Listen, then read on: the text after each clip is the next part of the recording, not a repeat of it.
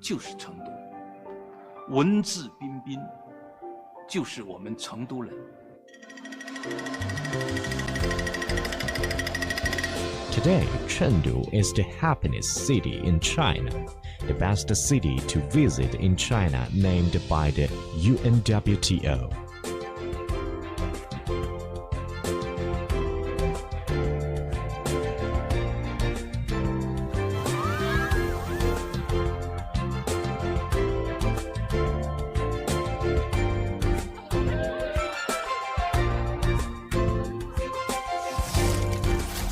Chengdu has grown fast thanks to the development of the national-level Tianfu New Area and the national metropolitan city.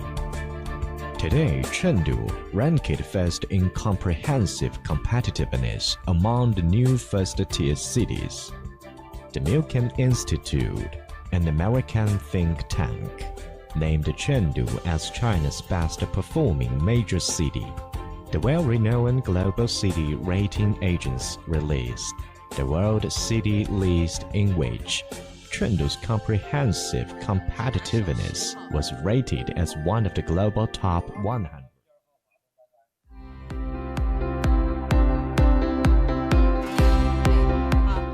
好，我们试下话筒。喂，你好。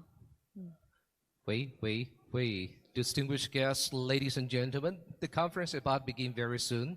Here we kindly remind, please move into the conference room and be seated. By the way, today we especially prepare simultaneous interpretation for you to use freely.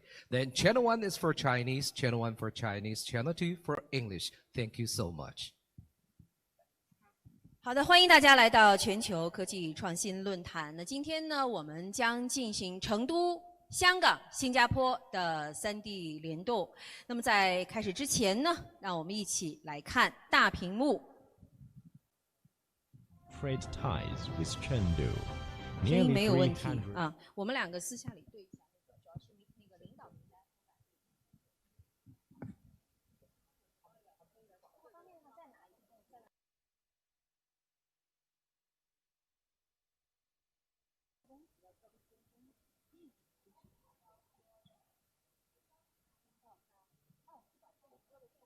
Australia Free Trade Agreement. But I guess what I would say is for anyone coming to Chengdu from anywhere in the world, you can always find somewhere to feel at home. Today, Chengdu has a strong atmosphere of entrepreneurship and innovation. Chengdu today has an excellent business environment. It is accelerating the process of internationalization, legalization, and facilitation, furthering its market vitality and competitiveness.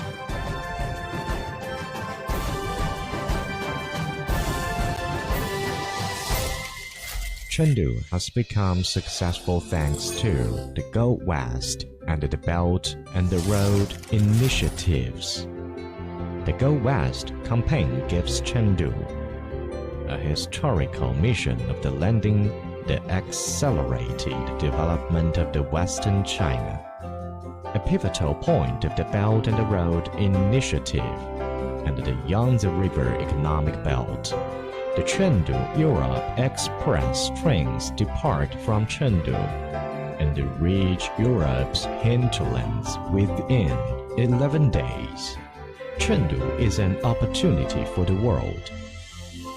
Chengdu has truly become the gateway to the West and has been able to establish itself as a very prominent supply chain hub for China to the rest of the world. Du Fu, a great poet of the Tang Dynasty, resided. From the window, I got a glimpse of the never-melt Xiling snow mountains. The people in Chengdu still enjoy the same scenery on their balcony today.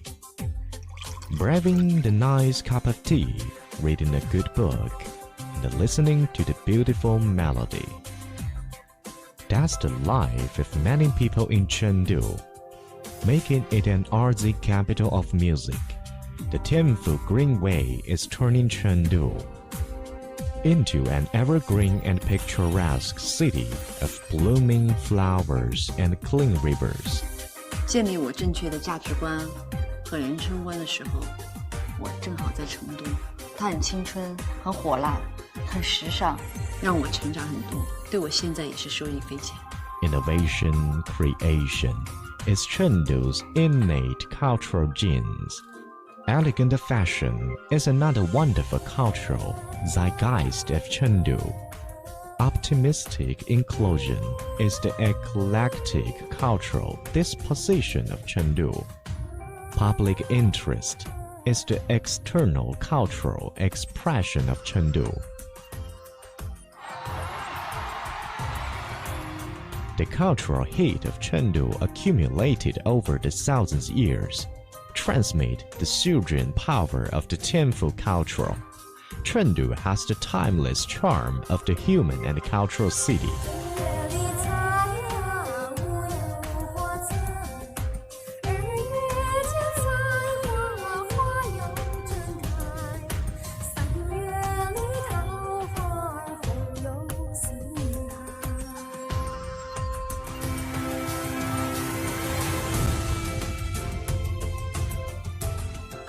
Tianfu Chengdu, a city you never want to leave. Chengdu.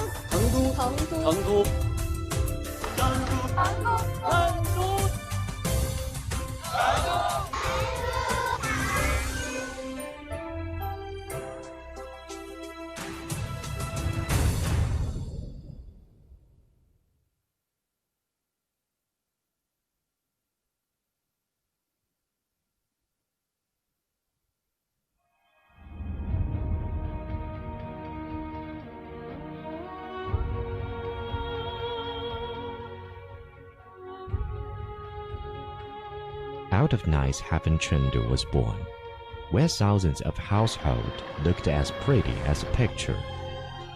In the eyes of Li Bai, the famous poet from the Tang Dynasty, Chengdu is blessed with unique natural endowments and long-lasting prosperity. The land of abundance, the circle of life.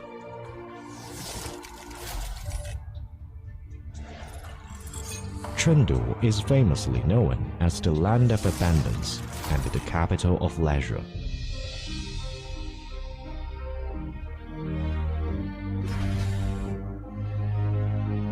Chengdu has 4,500 years of urban civilization, a historical and cultural city, one of the centers of the ancient Chinese civilization.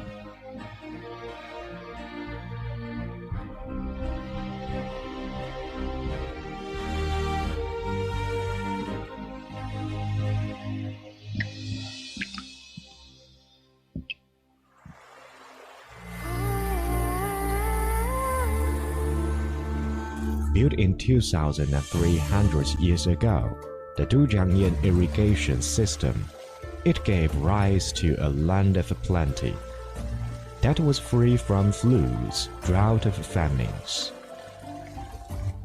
Chengdu has been carrying the creative and entrepreneurial gene, the first local public school in China. The Wenwen's stone chamber, built in 141 BC, is still one of Chengdu's finest schools today. The oldest looms in the world.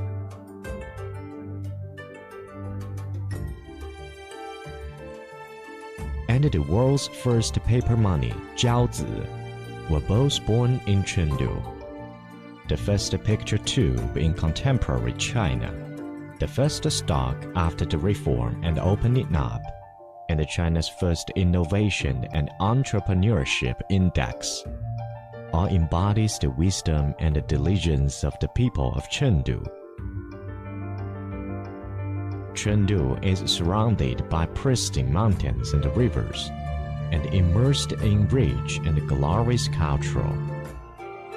Du Fu, the greatest poet in the Tang Dynasty, spent the most close time of his life here. Chic and elegant, plus the urban ethos of the optimism and inclusiveness, made Chengdu the most attractive city of the famous poets of the time. 我用一个字来形容我们的成都的历史文化的沿革，那就是文。文史风瞻就是成都，文质彬彬就是我们成都人。Today, Chengdu is the happiest city in China, the best city to visit in China named by the UNWTO.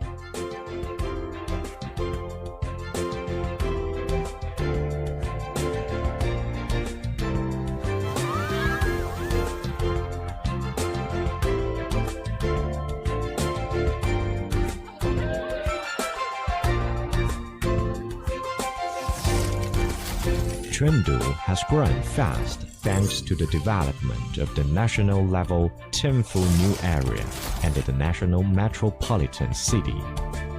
Today, Chengdu ranked first in comprehensive competitiveness among the new first-tier cities. The Milken Institute, an American think tank, named Chengdu as China's best-performing major city.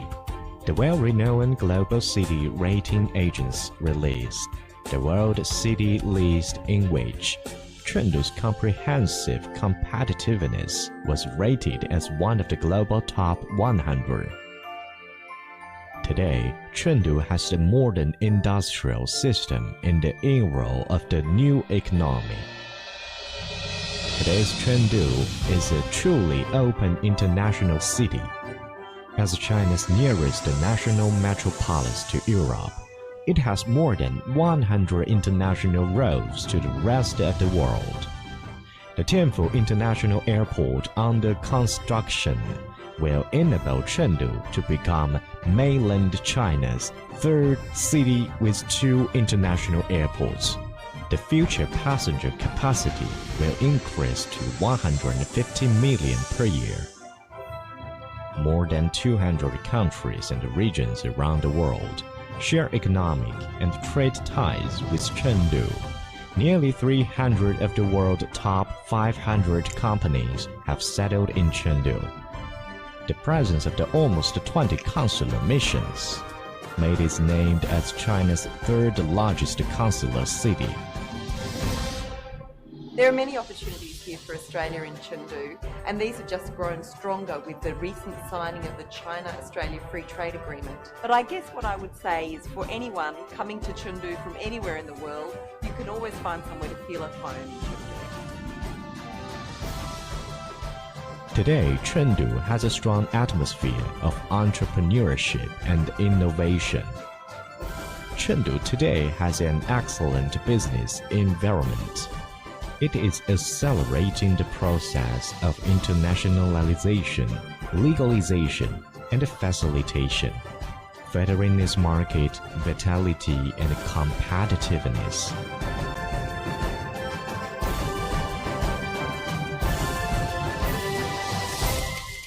Chengdu has become successful thanks to the Go West and the Belt and the Road initiatives.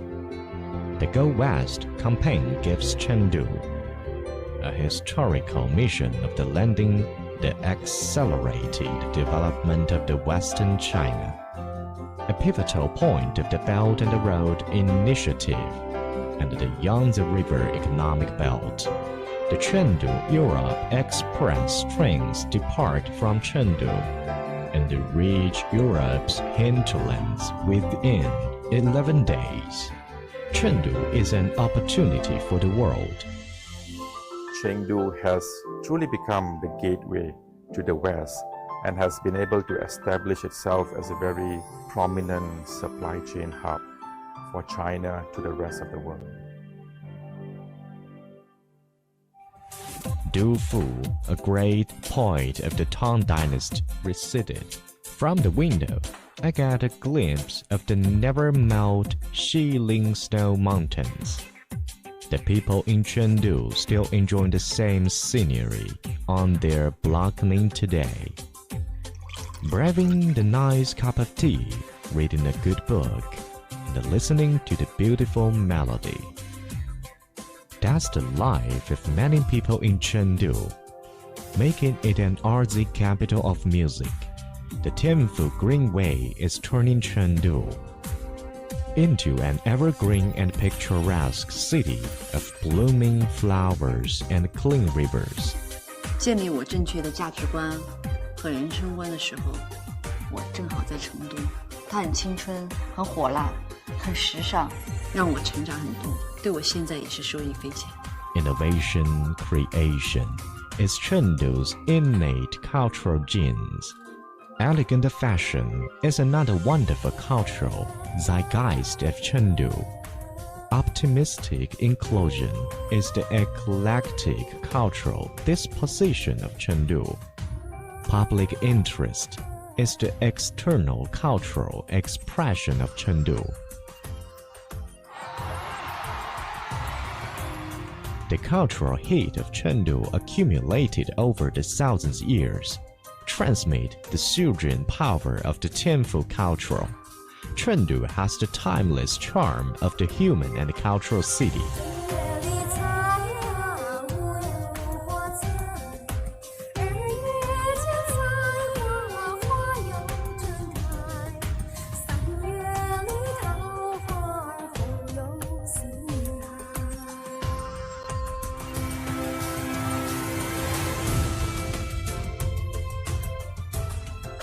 Tianfu Chengdu, a city you never want to leave.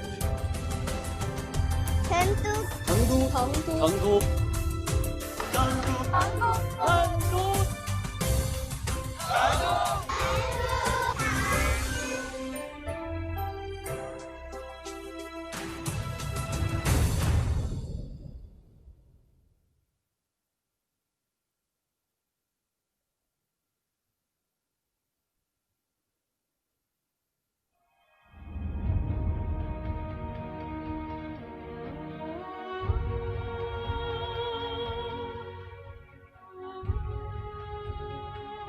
Out of nice heaven Chengdu was born, where thousands of households looked as pretty as a picture. In the eyes of Li Bai, the famous poet from the Tang Dynasty, Chengdu is blessed with unique natural endowments and long-lasting prosperity. The land of abundance, the circle of life.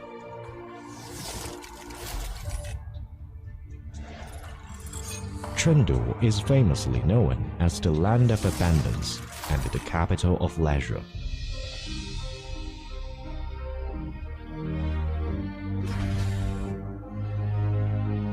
Chengdu has 4,500 years of urban civilization, a historical and cultural city, one of the centers of the ancient Chinese civilization.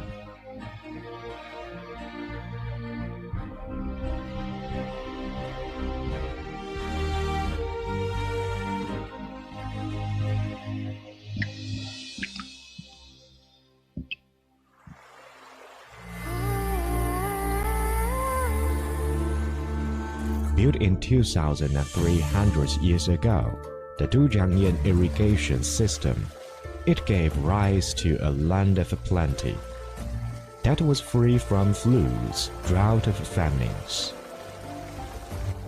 Chengdu has been carrying the creative and entrepreneurial genes since ancient time.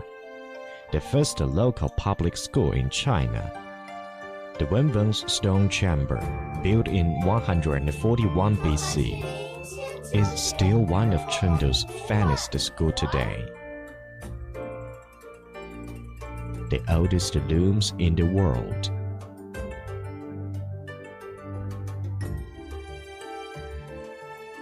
And the world's first paper money, jiaozi, were both born in Chengdu.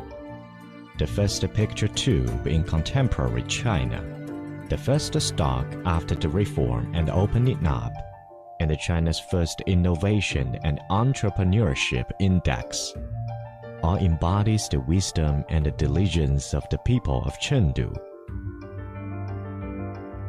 Chengdu is surrounded by pristine mountains and rivers, and immersed in rich and glorious culture. Du Fu, the greatest poet in the Tang Dynasty, spent the most close time of his life here. Chic and elegant, plus the urban ethos of the optimism and inclusiveness, made Chengdu the most attractive city of the famous poets of the time. 我用一个字来形容我们的成都的历史文化的沿革，那就是文。文史风瞻就是成都，文质彬彬就是我们成都人。Today, Chengdu is the happiest city in China, the best city to visit in China named by the UNWTO.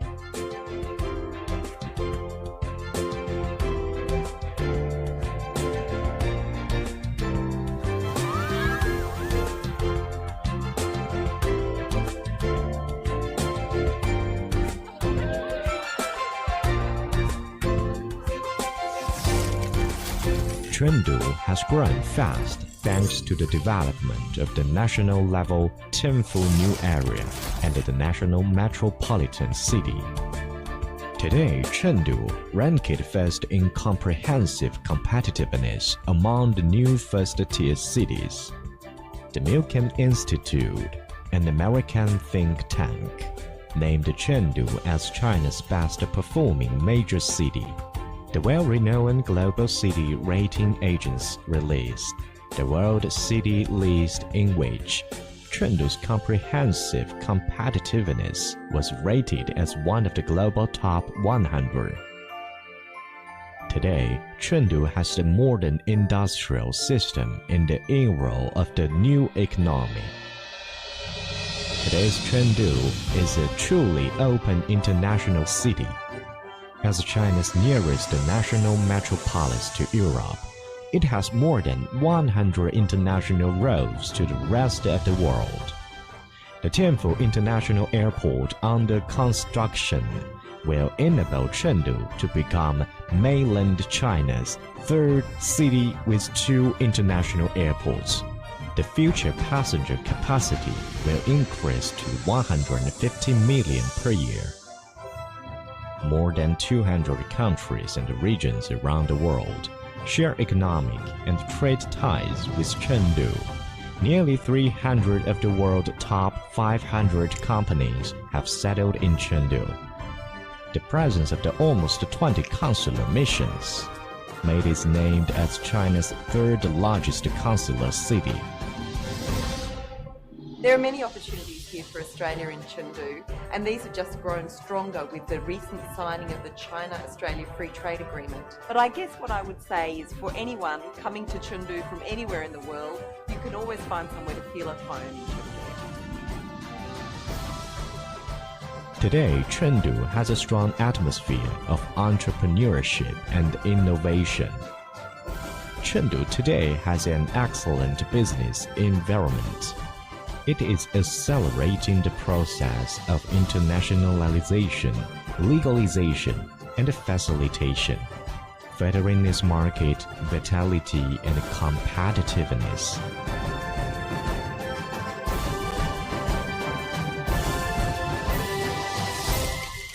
Chengdu has become successful thanks to the Go West and the Belt and the Road initiatives.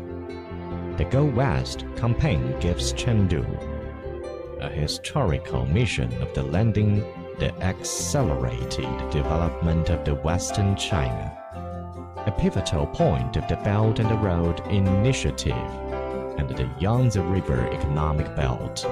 The Chengdu-Europe Express trains depart from Chengdu and reach Europe's hinterlands within 11 days. Chengdu is an opportunity for the world. Chengdu has truly become the gateway to the West and has been able to establish itself as a very prominent supply chain hub for China to the rest of the world.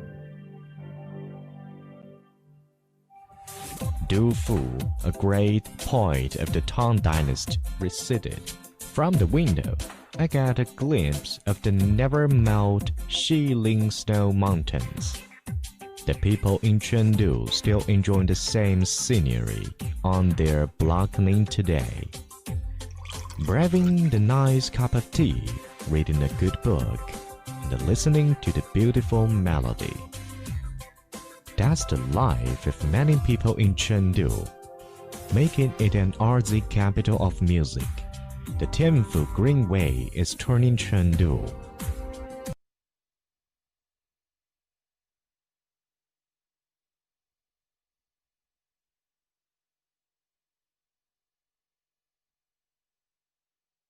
好在成都，它很青春，很火辣，很时尚，让我成长很多，对我现在也是受益匪浅。 Innovation creation is Chengdu's innate cultural genes. Elegant fashion is another wonderful cultural zeitgeist of Chengdu. Optimistic inclusion is the eclectic cultural disposition of Chengdu. Public interest is the external cultural expression of Chengdu. The cultural heat of Chengdu accumulated over the thousands of years transmit the surging power of the Tianfu cultural. Chengdu has the timeless charm of the human and cultural city.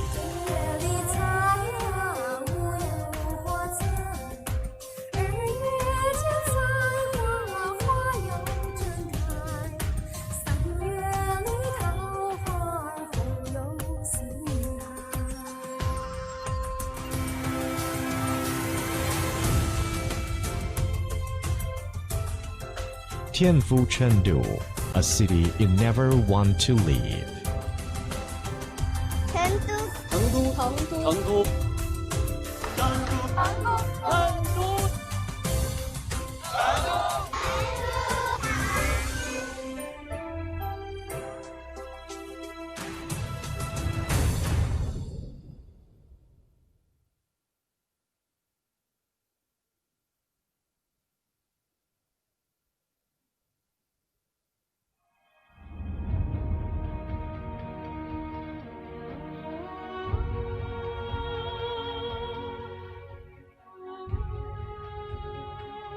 Out of nice heaven Chengdu was born, where thousands of households looked as pretty as a picture. In the eyes of Li Bai, the famous poet from the Tang Dynasty, Chengdu is blessed with unique natural endowments and long-lasting prosperity. The land of abundance, the circle of life.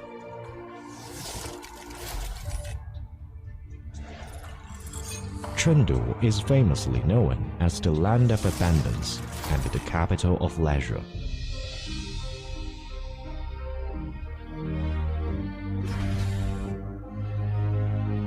Chengdu has 4,500 years of urban civilization, a historical and cultural city, one of the centers of the ancient Chinese civilization.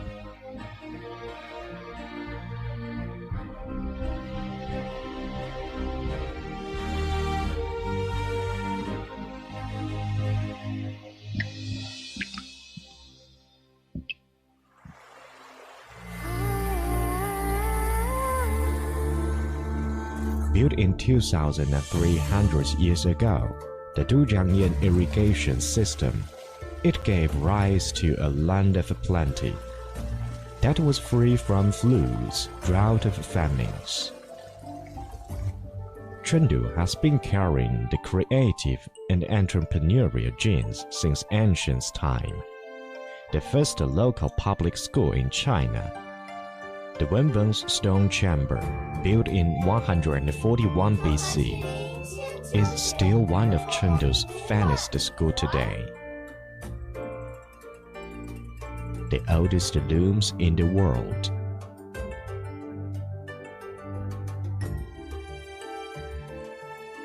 And the world's first paper money, Jiaozi, were both born in Chengdu. The first picture tube in contemporary China, the first stock after the reform and opening up, and China's first Innovation and Entrepreneurship Index, all embodies the wisdom and the diligence of the people of Chengdu. Chengdu is surrounded by pristine mountains and rivers, and immersed in rich and glorious culture. Du Fu, the greatest poet in the Tang Dynasty, spent the most close time of his life here. Chic and elegant, plus the urban ethos of the optimism and inclusiveness, made Chengdu the most attractive city of the famous poets of the time. 我用一个字来形容我们的成都的历史文化的沿革，那就是文。文史风瞻就是成都，文质彬彬就是我们成都人。Today, Chengdu is the happiest city in China, the best city to visit in China named by the UNWTO. 好的，各位领导、各位来宾，我们的论坛即将开始，请大家到指定的区域就坐，同时请您把手机调为静音状态。谢谢大家的合作。 Turn your mobile phones into Distinguished guests, ladies and gentlemen, the conference is about to begin very soon. Here we kindly remind, please move into the conference room and be seated. By the way, we kindly remind, please be sure your cell phones are set in the vibrate or silent mode. Today, we especially prepared simultaneous interpretation for you to use freely. Then the channel 1 is for Chinese, channel 1 is for Chinese, and channel 2 for English, channel 2 for English. Thank you so much. 本次大会我们为大家提供了同声传译，一频道为中文，2频道为英文。大家有需要的话，可以到我们的工作人员处去领取同声传译器。谢谢大家的合作。 Chengdu has a modern industrial system in the era of the new economy. Today's Chengdu is a truly open international city. As China's nearest national metropolis to Europe, it has more than 100 international roads to the rest of the world. The Tianfu International Airport under construction will enable Chengdu to become mainland China's third city with 2 international airports. The future passenger capacity will increase to 150 million per year.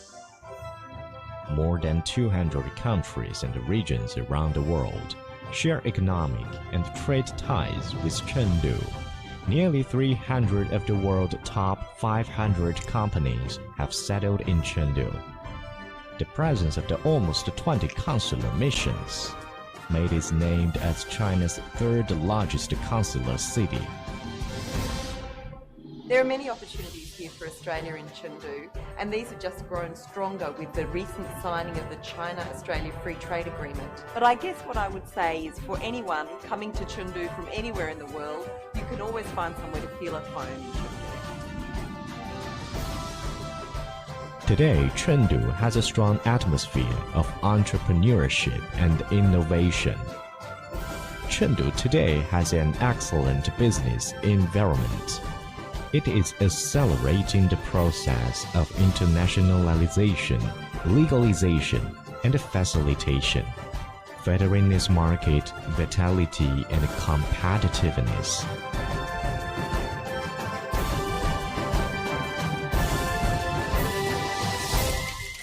Chengdu has become successful thanks to the Go West and the Belt and the Road initiatives. The Go West campaign gives Chengdu a historical mission of the lending the accelerated development of the Western China, a pivotal point of the Belt and the Road initiative, and the Yangtze River Economic Belt. The Chengdu-Europe Express trains depart from Chengdu and reach Europe's hinterlands within 11 days. Chengdu is an opportunity for the world. Chengdu has truly become the gateway to the West and has been able to establish itself as a very prominent supply chain hub for China to the rest of the world.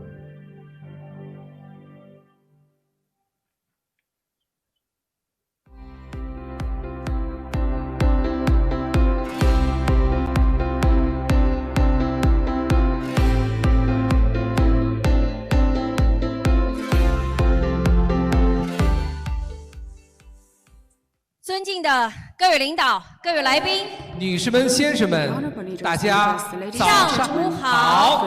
Distinguished guests, ladies and gentlemen, good morning. 欢迎大家来到全球科技创新论坛，欢迎来自成都、香港和新加坡的领导和嘉宾，围绕当前的新趋势，就创新与技术、新经济竞争力全球化的论坛主题展开讨论。So welcome to the inaugural Global Innovation and Technology Forum, involving top leaders and guests from Chengdu, Hong Kong, and Singapore, to discuss new trends with the theme Innovation and Technology, New Economy Competitiveness and Globalization. 我是来自成都电视台的主持人李颖，今天呢特别的荣幸，也特别的高兴，能够担任本次大会的主持人。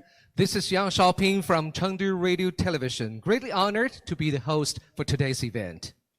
本届论坛在中国西部新兴科技之都成都举办，由南华早报主办，同时呢，感谢每日经济新闻的大力支持。本次线上论坛将聚焦成都、香港和新加坡的区域发展，展望未来经济。Hosted by Chengdu City, the emerging tech capital in West China, organized by South China Morning Post and co-organized by National Business Daily. The online forum will examine the future of the new economy with a regional focus on Chengdu, Hong Kong, and Singapore. 在后疫情的格局之下，亚洲逐渐成为全球经济增长的新兴驱动力，为创造商业和投资机遇。本届论坛将围绕高层领导间的对话展开，话题由商业、政府和金融延伸至创新孵化，探讨像成都、香港和新加坡这样的城市如何建立合作，利用科创中心，促进亚洲成为全球经济的引领者。In the post-COVID world, Asia is on the path to becoming a new driver of global economic growth. This forum will highlight opportunities for business and investment by expanding the dialogue between leaders from business, government, and finance to nurture innovation and show how partnerships and leveraging hubs like Chengdu, Hong Kong, and Singapore can enable Asia to become a driver of the global economy. 那么在开始之前呢，请大家注意以下事项。So before we start, I would like to remind you a few things. 本次论坛提供普通话及英语的同声传译服务。如果您无法全程参与本次论坛，不用担心，我们的论坛呢，在每日经济新闻、优酷、今日头条、城市进化论微信公众号等多个平台进行同步直播。大家可以通过视频观看和回放本次论坛的直播视频。Yes, indeed, simultaneous interpretation is available in Putonghua and English. If you cannot stay for the full event, don't worry. Our forum will be live-streamed from National Business Daily, Youku, Toutiao, YouTube, SCMP channel, and other platforms. So everyone can watch the live stream and revisit the video footages. 本次论坛，我们邀请到了来自全国各地的100多位新经济企业的负责人代表，同时呢，我们还邀请到了来自香港和新加坡的重量级嘉宾。在这儿呢，首先请允许我们介绍今天成都到场的各位重要嘉宾。So today we'll be great honored to have the full house of the participants and speakers join us in this forum. And first of all, I would like to introduce the VVIPs present here in Chengdu venue. 他们是第11届全国人大财政经济委员会副主任、93学社中央委员会第12届副主席贺康先生，欢迎您。Mr. He Keng, Deputy Director, Finance and Economic Committee of the 11th MPC, Deputy Chairman, 12th Central Committee of Jusan Society.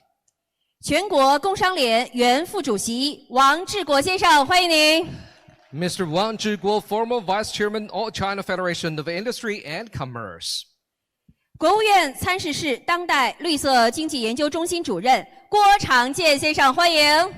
Mr. Guo Changjian, Director of Institution of Green Economy, Counselor's Office of the State Council of the People's Republic of China.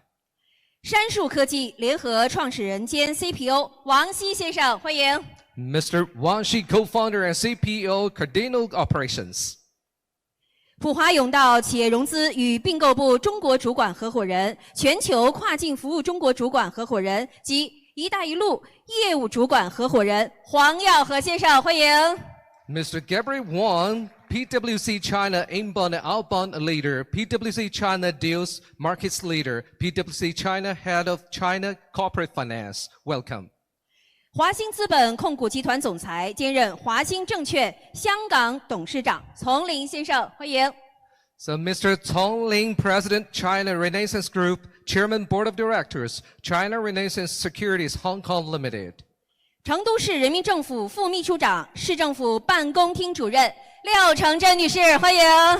Madam Liao Chengjun, Deputy Secretary General of Chengdu Municipal People's Government and Director of General Office of the Municipal Government. 成都市委宣传部副部长、市委网信办主任曾毅先生，欢迎。Mr. Zheng Yi, Deputy Director General of Publicity Department of CPC Chengdu Municipal Committee and Director of Cyberspace Affairs Office of the CPC Chengdu Municipal Committee. 成都市新经济委副主任李嘉林先生，欢迎。Mr. Li Jialing, Director General of New Economy Committee of Chengdu Municipal Government. 成都传媒集团副总经理李科先生，欢迎。Mr. Li Ke, Vice General Manager of Chengdu Media Group. 每日经济新闻董事长总编辑文达先生，欢迎您。Mr. Wen Da, Chairman and Editor-in-Chief of National Business Daily. 南华早报大中华区总监刘峰先生，欢迎您。Mr. Liu Feng, Director of Greater China at South China Morning Post. 同时啊，今天呢，我们也同时邀请到了香港以及新加坡的重量级嘉宾。那我们整个的论坛呢，将会用成都、香港和新加坡3地的连接互动来展现我们整个的论坛的现场。那现在呢，我们一起来看一看身处南华早报的直播室以及新加坡直播室的嘉宾。首先呢，我们为大家介绍一下香港的嘉宾。So meanwhile, we have invited some key guests to attend the forum virtually from SCMP studio in Hong Kong and a studio in Singapore, powered by communications technology. Then, coming up next, it will be a great honor to introduce the key guests from Hong Kong. 13届全国政协副主席、前香港特首梁振英先生。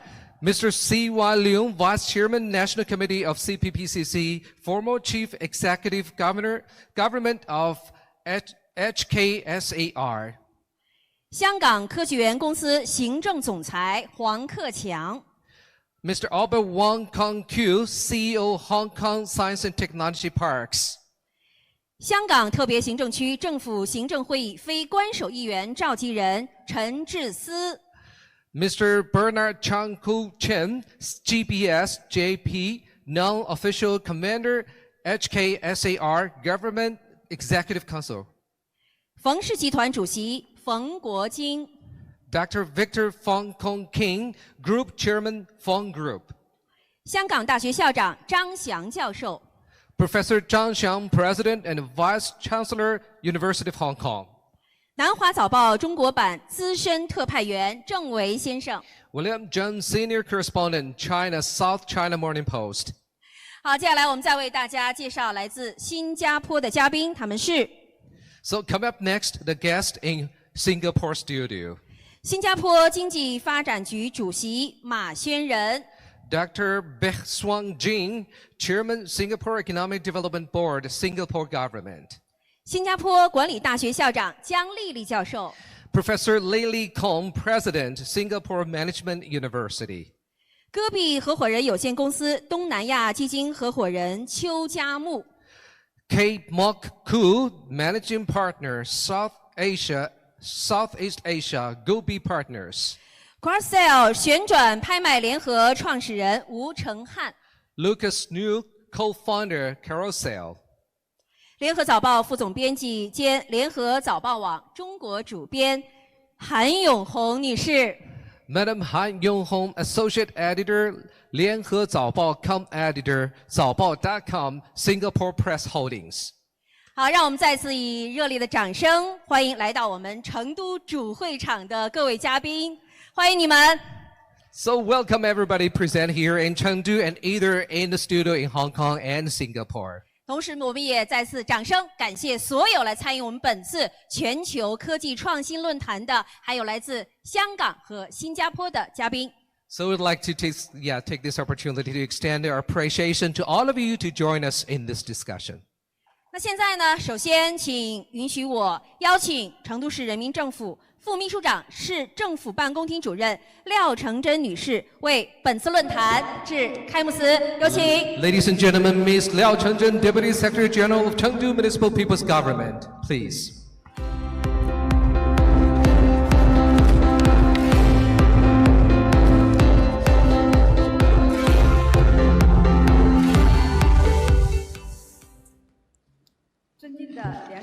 Honorable Vice Chairman, Mr. Si Wanian, and Mr. Li Zhaoxin, Mr. Bei, and Mr. Zhou, honorable guests, ladies and gentlemen, good morning. It's my great honor to attend the first Global Technology and Innovation Forum. Here, on behalf of Chengdu Municipal People's Government, I would like to extend a warm welcome to all leaders and guests present here. Also, we would like to give my greetings to guests of three places, Chengdu, Hong Kong, and Singapore. Thank you for great support and care to the development of Chengdu City. Chengdu boasts very advantageous natural advantages and profound history. We have a civilization history of 4,500 years and a built history of 2,300 years. From the time immemorial, we're known as the land of abundance. We were designated by the State Council as a hub city of China, and also we are important economic, technological, and financial, cultural, creative, and foreign exchange center, as well as the comprehensive transportation international hub.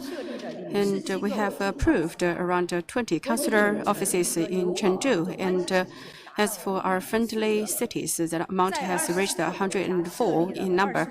In 24 countries, we have set up the overseas working station of Chengdu. In Chengdu International Airport, it has opened up around 126 international and regional flights. And the route network has covered 5 continents in the world. The annual throughput of passengers has exceeded 55 million. And we are the 4th largest aviation hub in China. In 2021, Chengdu International Airport will be built, and Chengdu by that time will become the 3rd city with double international airports in China. Not long ago, the International Globalization Network has published the World City Brochure 2020, and Chengdu ranked number 59 of global cities. It is the only Chinese city listed in Beta Plus list. In 2019, the GDP of Chengdu totaled 1.7 trillion yuan, and in the global city, we ranked number 7. Import and export volume has reached 580 billion yuan, and amongst the sub-provincial cities, we rank number 6. As for the industrial added value above 20 million yuan, it has added by 7.8%. Amongst the sub-provincial cities, we rank number 3. Since this year of the grim challenges of COVID-19, we have combated this disease and conquered a lot of difficulties and coordinated the social and economic development. We have accelerated our recovery of social and economic growth. In the first half of this year, the GDP of Chengdu has reached 820 billion yuan, which is hard-earned. And amongst a lot of Chinese cities, we ranked number 7. And we also reversed the trend of growth, and also the import and export value has stood at 320 billion yuan, up by 23.5%. Chengdu International Airport passenger throughput and also the international express railway also took the lead in China with greater vitality. CBC Chengdu Committee and the Chengdu Municipal Government has attached great importance to technological innovation. In recent years, we wrapped up new economy, new impetus, and adapted new technologies and new transformation, as well as the transformation of industrial mix. We also practiced the new concepts such as the park city and rendered solid development. In 2017, Chengdu has also taken the lead to set up the new economy committee to focus on digital economy, green economy, smart economy, creative economy, and traffic flow, traffic data economy, and sharing economy, 6 platforms in total. And by the cultivation of scenarios, we try to cultivate new modes and new economies and render opportunities for such enterprises with scenarios to push forward economic development. By the end of August this year, the new economic enterprises have reached around 420,000 in number, with a capital of 4.39 trillion yuan, up by 31.5% and 18.5% respectively, compared with the same period last year. From January to August, the registration number of a new economy is 69,000 in number, and capital ended by around 420 billion yuan. 7 enterprises have already grown into unicorns, and 122 enterprises have become quasi-unicorns. The New Economy Dynamics Index and also the New Economy Employees Scale ranked number 3 in China.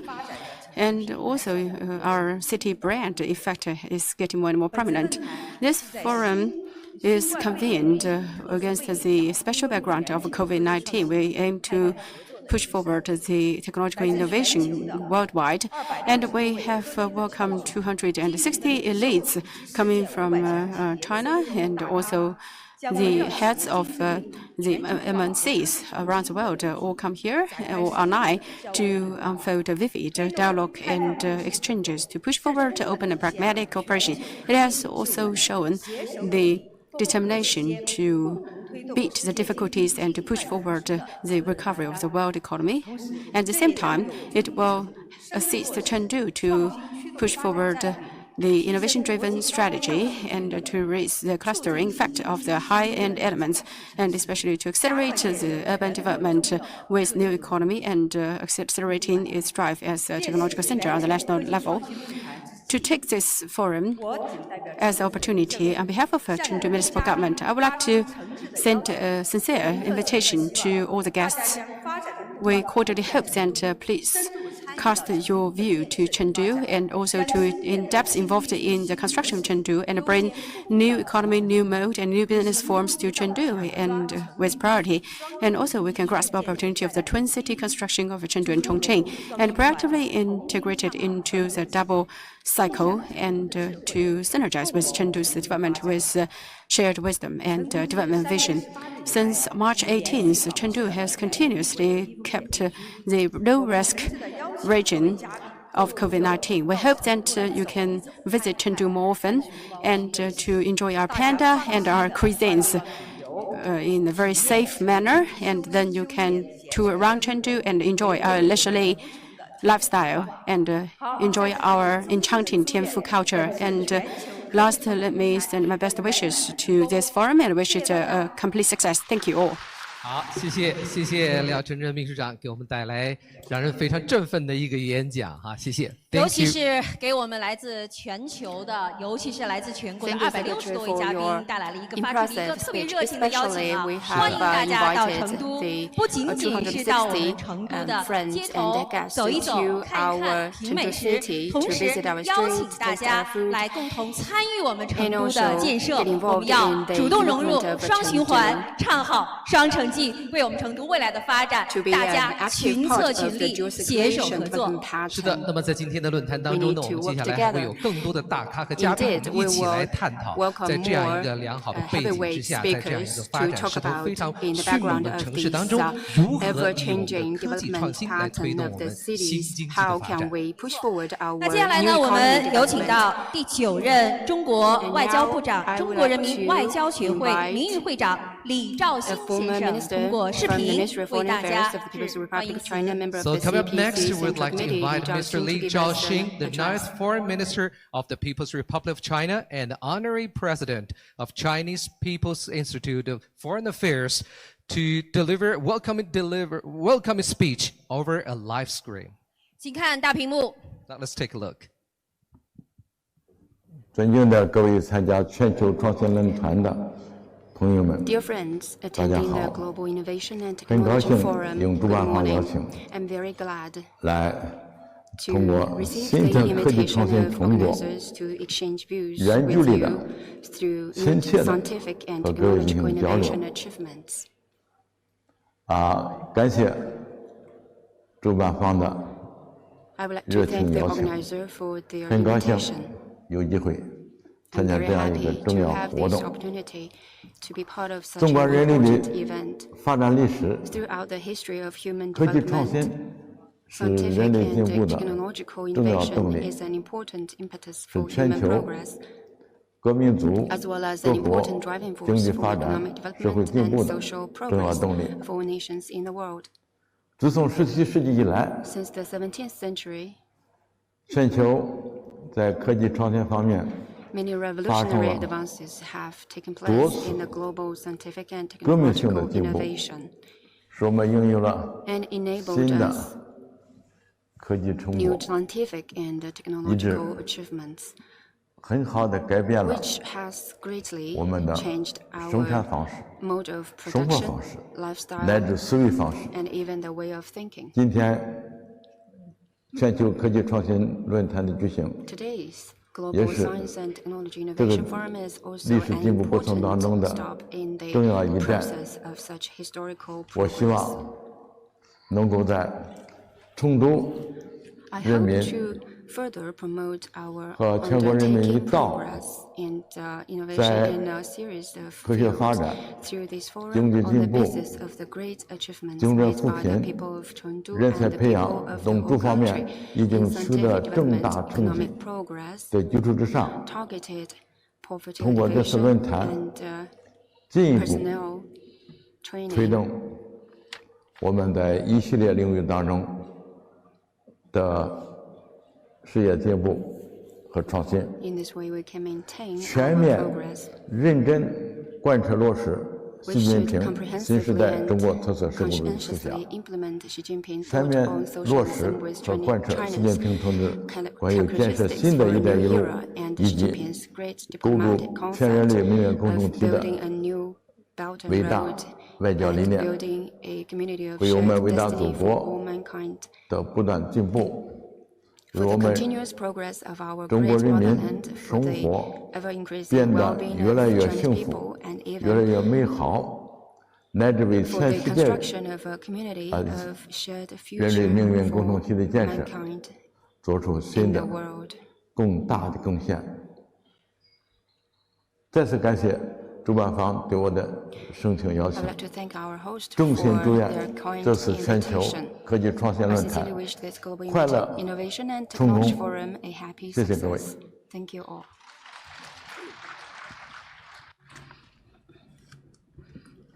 谢谢，非常的感动啊！我们都一直在认真观看和聆听我们的老部长啊，对，我们老领导给我们带来的寄语啊。未来其实刚刚也说到了，科技创新是我们人类进步的第一动力啊。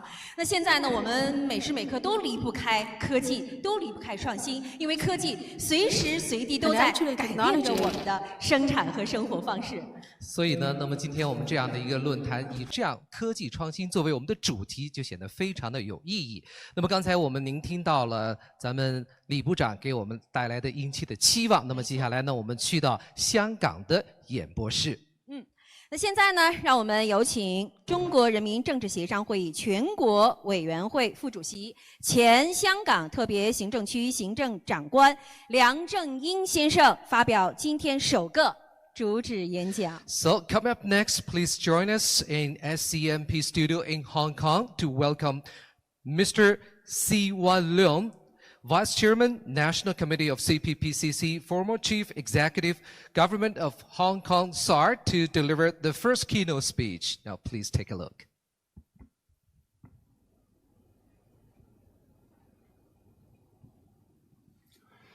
Ladies and gentlemen, good morning from Hong Kong. I thank the South China Morning Post for organizing this Global Innovation and Technology Forum and for overcoming some of the hurdles of the pandemic by using modern and global communication technology. In the past 40 years, the world has benefited immensely from globalization. Global collaboration has now been elevated to a level never seen before.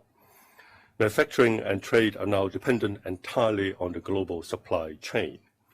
Services, particularly financial and professional services, have also been largely globalized. Such globalization has facilitated international connectivity on a level never before experienced. Like trade, innovation and technology are also at their best on the global level. We need global collaboration to take an idea forward to a laboratory or workshop, and then onward to a factory before hitting the market, satisfying a demand. Along the process, we need to source parts and raw materials or experience and expertise from optimal suppliers in different parts of the world. We need funding to drive and sustain the process. We need financial markets to support and reward the risk takers. We also need legal and professional advisors to meet all kinds of compliance requirements. In other words, the ideal collaboration in innovation and technology is not only global collaboration, but also multi-sector collaboration. Such collaboration will, in the end, bring benefits in one way or another to most economies, lifting millions of people out of poverty and misery. The freer flow of innovation and technology across national borders will also ensure easier access to better goods and services by people living in underdeveloped countries. However, while the world recognizes that the next phase of economic growth will be driven by innovation and technology, by comparison to, for example, trade, the globalization of innovation and technology has been constrained. There are political, legal, and policy barriers on the country level that hinder or prohibit international transfer and global sharing, which in turn restricts economic and social developments for all. We must unlock the potential of innovation technology by breaking down national silos and facilitate better international collaboration on a global scale. We need to overcome apprehensions about sharing new technology among nations. To achieve this goal, the world needs to have a global innovation technology architecture within which distrust can be overcome, intellectual property is adequately protected, the best practices standardized, new technology freely transferred or transacted, innovation handsomely rewarded, benefits fairly distributed, and misdeeds effectively prevented. We should start from people-to-people contacts. There should be more international dialogues and interactions for all talents in the innovation and technology sector, and more incentives for people to step outside their national cocoons. We should start while they are young. Young talents, including university students, should be incentivized to envision and realize career potential in globalized terms. They should make friends, build personal networks, and develop trust on the personal and corporate levels across the political and cultural divide. Globalization is here to stay. The people of the world cannot afford deglobalization without suffering downgrades in their living standards. Advancement of innovation technology are also here to stay. It will continue to transform the way we live and improve the general well-being of the people. Playing up the fear for globalization for domestic political gains will not lift competitiveness. The sooner governments, enterprises, and other stakeholders break down national barriers, the sooner we shall realize for all mankind the full benefits of innovation and technology. Thank you. Well, thank you so much for Mr. Lun's speech. It's pretty much inspiring. 非常感谢梁振英先生给我们带来如此振奋人心的演讲啊！那其实说到香港呢，我们大家都知道，它是一个国际非常著名的金融中心，一直都在致力于推动我们的科技创新。那刚刚呢，也为我们本次在成都召开的全球科技创新论坛带来了很多祝福。谢谢梁先生。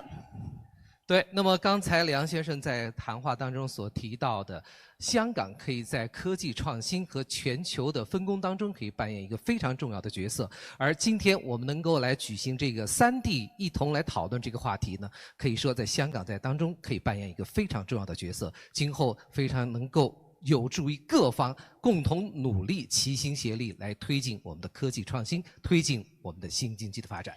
稍后呢，我们也特别的期待，我们要一起来聆听来自成都、香港和新加坡各位嘉宾的真知灼见。是的，那么在我们进行下边讨论之前呢，我们还有几位主旨的演讲。好，我们第2位发表主旨演讲的是全国政协常委、上海市政协副主席周汉明先生，请看大屏幕。So our second keynote speaker is Mr. Zhou Hanming, Standing Committee Member, CPPCC, Vice Chairman, Shanghai Committee of CPPCC. Now let's take a look at the big screen. Honorable Vice Chairman Ren, honorable guests, ladies and gentlemen. The forum was held in the beautiful city of Chengdu in a golden autumn day. I would like to greet you all on the distant bank of Huangpujiang River. You live at the upstream of the Yangtze River, and I live at the downstream of the Yangtze River. For the same topics, we are analyzing the same common problems and seeking relevant answers. Today, we are talking about science and technology innovation. I think the choice of this topic chosen at the right time and in the right place. In terms of times and opportunities, the global industrial revolution is surging, the technological revolution is surging, and the digital economy is forming the pillar industry of national economic development. Take China as an example. In 2019, the digital economy accounts for more than 35% of the total GDP of 99.1 trillion. There are 110 million people in China who are engaged in R&D, innovation, and implementation of digital economy already. 1/3 of global software engineers are in China. In a word, the Industrial Revolution and Technological Revolution have brought us unprecedented development prospects. Using my precious time here, I would like to share with you 3 points of mine. The first point of view is that Chengdu and Shanghai, as 2 new areas, should be more accurately benchmarked to the new times. On April 18th, 1990, at a time when the international and domestic situation was very grim, the Party Central Committee and the State Council resolutely proposed the development and opening up of Pudong. I personally experienced the whole process. Our research began in 1987. At that time, in this group, with Mr. Wang Daohan as the general consultant and the mayor Ni Tianzhen as the group leader, I presided over the research in 2 aspects. First, the openness of Pudong research, and secondly, the legal framework of Pudong. At that time, the total economic volume of Pudong was 6 billion RMB yuan. In 2019, at the 29th year of its development and opening up, it will reach a high level of 1.27 trillion RMB yuan, which is 210 times the growth than 29 years ago. Pudong New Area is the first new area in China. While in Chengdu, there's Tianfu New Area. In 2014, with the approval of the State Council, Sichuan is the forefront of revolution and opening up. Tianfu New Area is the 11th new area in China. On April 4th, 2018, Xiong'an New Area was born, which is the 19th new area in China. Why does China need new areas? The first new area was established in 1990, and the 19th new area was set up in 2018.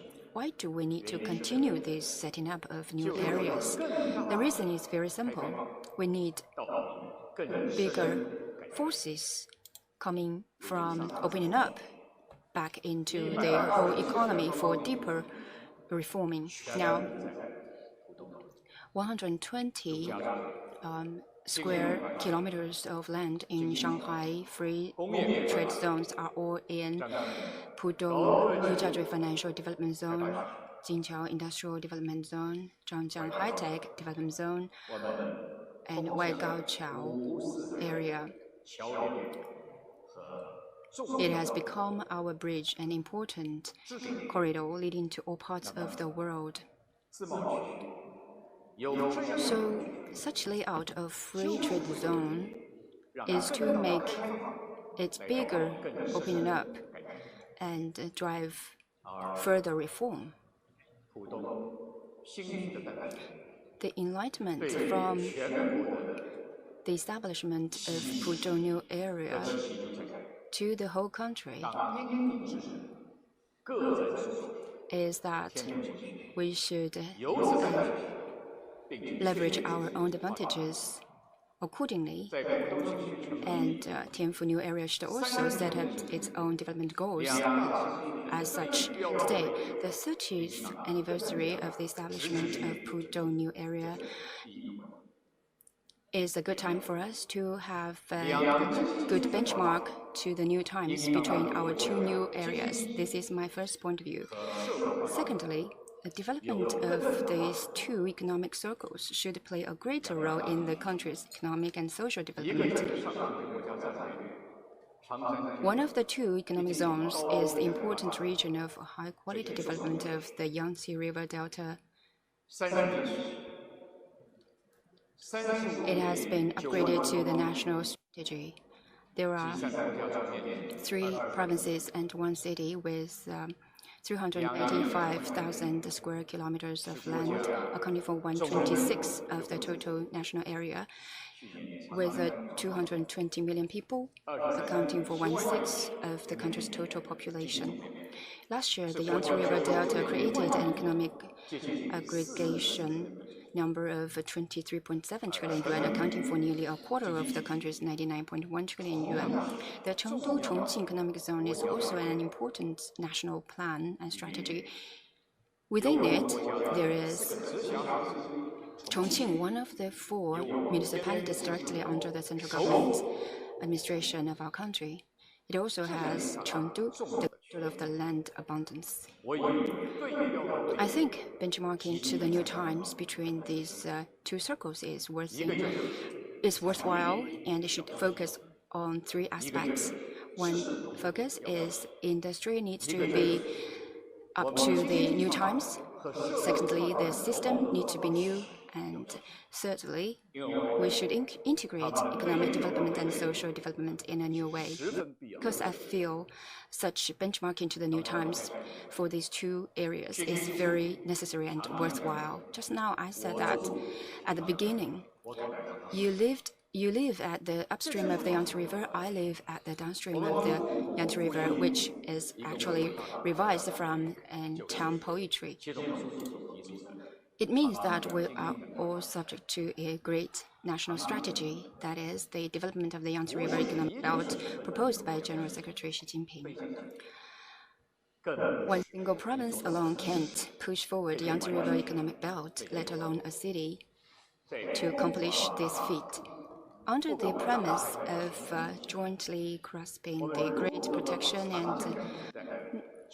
also not carrying out the overly large-scale development, we can develop the strengths of 9 provinces and 2 cities in the Yangtze River economic belt. It accounts for 40% of the country's total population and 40% of the country's total economic volume. The state will formulate the Yangtze River law this year. This legislation is unprecedented for a mother river. There is no other legislation for any other mother rivers in the world, but Yangtze River is the first, and its magnificence will be our future endeavor. It is my second point of view. And we should arouse the courage of all the people through such endeavors.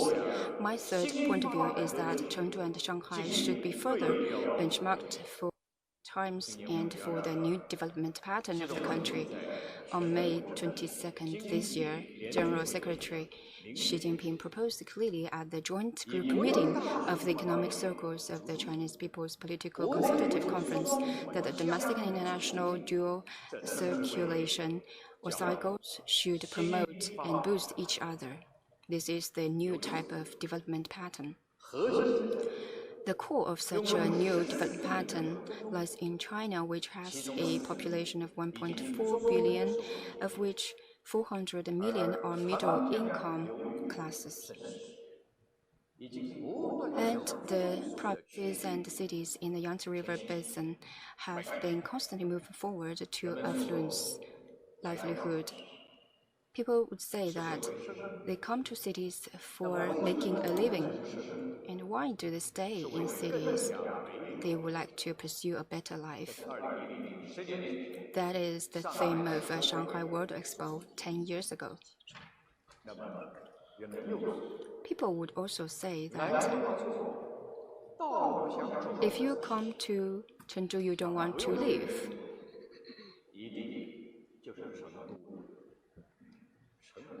Why do people hope to live and work here for a long time? Why does it attract in so many people to stay? I think it is because of its special characteristics. It not only have the scenery of mountains and rivers, but also boasts humanistic sentiments and passion. People appreciate the great background of Chinese culture that the city boasts in Chengdu. In fact, after the World Expo Shanghai 10 years ago, the city was left unknown to nobody. Why people would like to come to Shanghai and stay?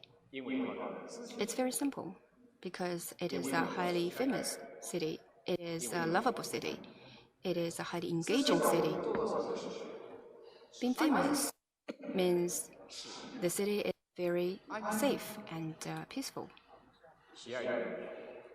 Being lovable means people can be a part of it, and there's no great or huge gap between thought and behavior. Lastly, it's a highly engaging city. It means people are willing to stay here to participate in the grand endeavor with the local people of Shanghai. So what is the meaning of domestic or national big cycle? I think the cycle first is the cycle of people, then cycle of themes and cycle of information, followed by circulation of finance and thoughts and concepts. However, we should not forget that both cities like Chengdu and Shanghai have international awareness or fame, so we should not neglect the task and theme of mutual promotion of domestic and foreign markets. To sum it up, science and technology innovation is, first of all, innovation on concepts, followed by management innovation. And concept innovation, management innovation need to boost each other and learn from each other. That's why I put forward my proposal of benchmarking the new times between different areas. Therefore, I also propose that international and domestic cycles should be balanced in focus. In a word, I hope that through today's forum, we should not only work hard on science and technology innovation, but also integrate to the world with a deeper understanding of the two cities. We need to visit each other more, learn from each other more. We should keep a closer relationship so that we could create a stronger willingness and motivation forward together. Thank you. 好，非常感谢来自上海的周汉民先生的分享啊。据我了解，他的背景之一呢，他曾经是浦东新区管委会的主任，所以他对于新区的发展特别有见地。那么，尤其是在当今的这个后疫情时代，那么我们这样的大循环、双循环的这个背景之下，他的一些想法和思路能够给我们带来更多的启发。没错，尤其是提到了我们成都的天府新区，是我们全国成立的第11个新区，令人的振奋。而且对于推动成都和重庆两座城市创好双城记这样一个寄语啊，让我们觉得作为一个成都人觉得特别的感动。尤其是在提到对我们成都来举办这个全球科技创新论坛，不仅时间得当，而且地点得当，可见啊，对我们这两座城市寄予的厚望，为我们成都，为我们全国的发展，能够在我们成都和上海两地尽一份力。我们要携手合作，共谋发展。是的，好，那么刚才他也提到了我们这样的一个双循环，最重要的是个国际国内的大循环。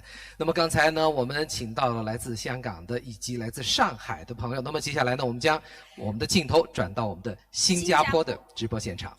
没错，那现在呢，在新加坡直播现场呢，要为我们发表第3位主旨演讲的是新加坡经济发展局主席马宣仁。So, ladies and gentlemen, our third keynote speaker is Dr. Beck Swang Jing, Chairman, Singapore Economic Development Board at SCMP Singapore Studio. Now let's take a look. 请看大屏幕。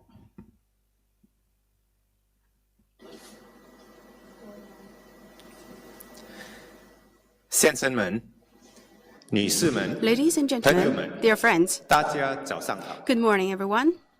早晨，大家好。Good morning, ladies and gentlemen. I would like to first thank the South China Morning Post for organizing this event. COVID-19 has caused great disruption to the global economy and to societies all over the world. Despite that, we are finding new ways to stay connected with each other. This forum, which is live streaming from Chengdu, Hong Kong, and Singapore, with a virtual audience from anywhere in the world, is a good example of how we can continue engaging in important conversations despite the travel restrictions. The economic impact of measures to contain COVID-19 has led to rising nationalism in many countries and tempting some to raise barriers to investment and trade. However, the reality is that COVID-19 has actually reinforced the importance of keeping borders open so that essential goods and services can continue to flow uninterrupted. Supply chains that were disrupted were the ones who depended on a single source.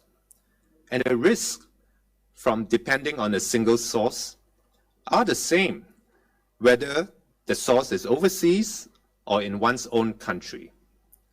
The best form of resilience has always been diversification. We know that when we are constructing our own investment portfolio, economists know that, and they must make sure that policymakers remember that. COVID-19 is thus an important reminder that we must not take for granted our rules-based global trading system.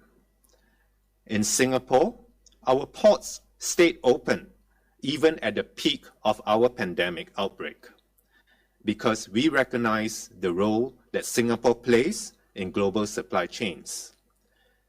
Singapore-based manufacturers were able to continue supplying their customers all over the world, including essential products such as pharmaceuticals, vaccines, diagnostic instruments, and N95 masks. Aside from facilitating resilience in supply chains, international trade has lifted billions of people from poverty, and it remains a powerful engine of growth for the global economy. Ricardo's law of comparative advantage remains undisputed. It ensures that countries and cities focus their resources on economic activities that play to their comparative advantage, and for goods and services to be produced and traded with the greatest possible efficiencies. Let me move now to speak a little bit about Singapore's effort to develop an innovation-led economy. We started building up our R&D capabilities relatively recently, since the 1990s. The budget for our current Research, Innovation and Enterprise Plan that ends the coming March 2021 was Singapore $19.2 billion, and we are currently formulating our next 5-year plan. We have seen good progress. We started from a low base because of our history as a trading center. But today, business expenditure on R&D now constitute close to 61% of the overall expenditure on R&D. From 2013 to 2018, Singapore saw a compounded annual growth rate of 5.4% in business expenditure in R&D. Over this time period, the overall bird number increased from $4.3 billion to $5.6 billion. And the R&D activities conducted by private firms range from basic to applied R&D, from producing new and improved materials, products, and services. These have all led to the creation of higher value, higher skilled jobs for our people. Perhaps what is even more encouraging for us in Singapore is the vibrancy of the startup ecosystem that has blossomed since around 2012 and has since spread to all parts of Southeast Asia. We have thousands of tech startups, more than 200 venture capital firms, and the highest number of venture capital deals per dollar GDP in the world. The leading Southeast Asian unicorns like Lazada, C Group, and Grab are headquartered in Singapore, whilst others like Gojek and Tokopedia have big engineering teams here in Singapore. According to a research report by Temasek, Google, and Bain Company, Southeast Asia's internet economy, measured in terms of gross merchandise value, exceeded $100 billion in 2019 and is expected to triple by 2025. Triple by 2025. And I should highlight that tech giants from China and Hong Kong have recognized this important market of Southeast Asia and have invested in and formed partnerships with many Southeast Asian firms, whether it's Baba, Tencent, Ping An, and others. So what does a city like Singapore offer to innovators? We have always sought to add value to flows of capital, technology, and know-how, flows of goods and services, and flows of people. In the world of innovation, we will strive to do better by creating value. Creating value through R&D in our universities and research institutes, creating value through deep understanding of the needs of consumers and enterprises in our region, and creating value through strengthening the digital and design skills of our workforce. Secondly, we believe in the economics of agglomeration. We are actively developing clusters of firms, entrepreneurs, investors, and complementary economic and technological activities to strengthen our startup ecosystem. Thirdly, we will continue to play the important role of connecting the world to Asia and for Asia with the rest of the world. In particular, we will invest more effort to establish market linkages and supply chains to Southeast Asia and our hinterland. Finally, we will stay open to talent. This will enable businesses to access the best minds, allow Singaporeans to learn from the best, and create the best opportunities for Singaporeans to have good jobs. Staying open and staying relevant is the only way for small countries like Singapore to grow and thrive and to maximize opportunities for our people. So let me conclude. This may be stating the obvious, but the economic outlook for the near term is uncertain. Recovery will take time, and it is unlikely to be even across sectors. But for the world to recover successfully and sustainably, it is in our shared interest to never give up on free trade. Instead, we must invest the time and effort to update, to reform, and strengthen the multilateral trading system that have benefited our parents' generation, our generation, so that it will also benefit our children's and our grandchildren's generations. Thank you. Thank you. Thank you, Mr. Bao.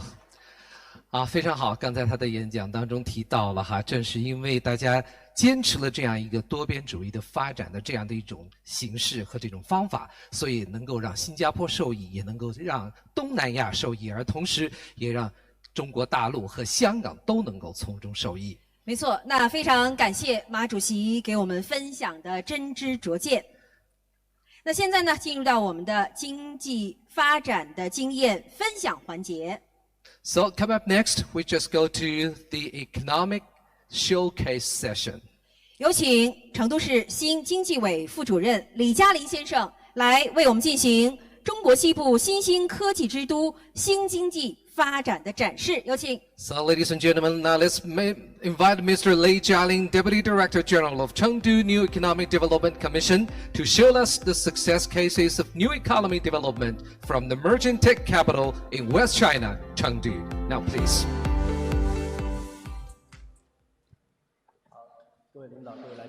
Honorable leaders, guests, good morning. Very honored to have this opportunity to share with you some of our thoughts and practices in Chengdu's new economy. Just now, I heard the speeches from Chairman Liang, Zhou, and Ma. In their speeches, they talk about the Hong Kong and Singapore and Shanghai's experiences. And one of the key words they mentioned about is opening up. So today, we are having this conversation across these Hong Kong, Chengdu, and Singapore to talk about our ideas. It's a very good thing to do. Well, for everybody knows that in terms of innovative technology and city governance, Hong Kong and Singapore has been doing very good. So it's very important opportunity for Chengdu to learn from them. As you may notice that I came from the Chengdu Municipal New Economy Development Commission. I think we are the first one to set up such an organ in the government in the country. And that reflects our resolution to develop a new economy here. And it has been set up quite early, comparatively. Just now, the speakers mentioned that the technology, innovation, and the new economy development has been the booming process, and we have went through the steam engine zone, industry zone, and now we are entering the intelligent zone, and new economy has been an important word for this period. Recently, we also see that many enterprises are taking on the new characteristics of this new time. In terms of automobiles industry, GE has been a 100-year-old company, but Tesla only spent several years or decades to be an important player, and this year they have overall revenue, overall market capitalization of 200 billion US dollars, even bigger than GE.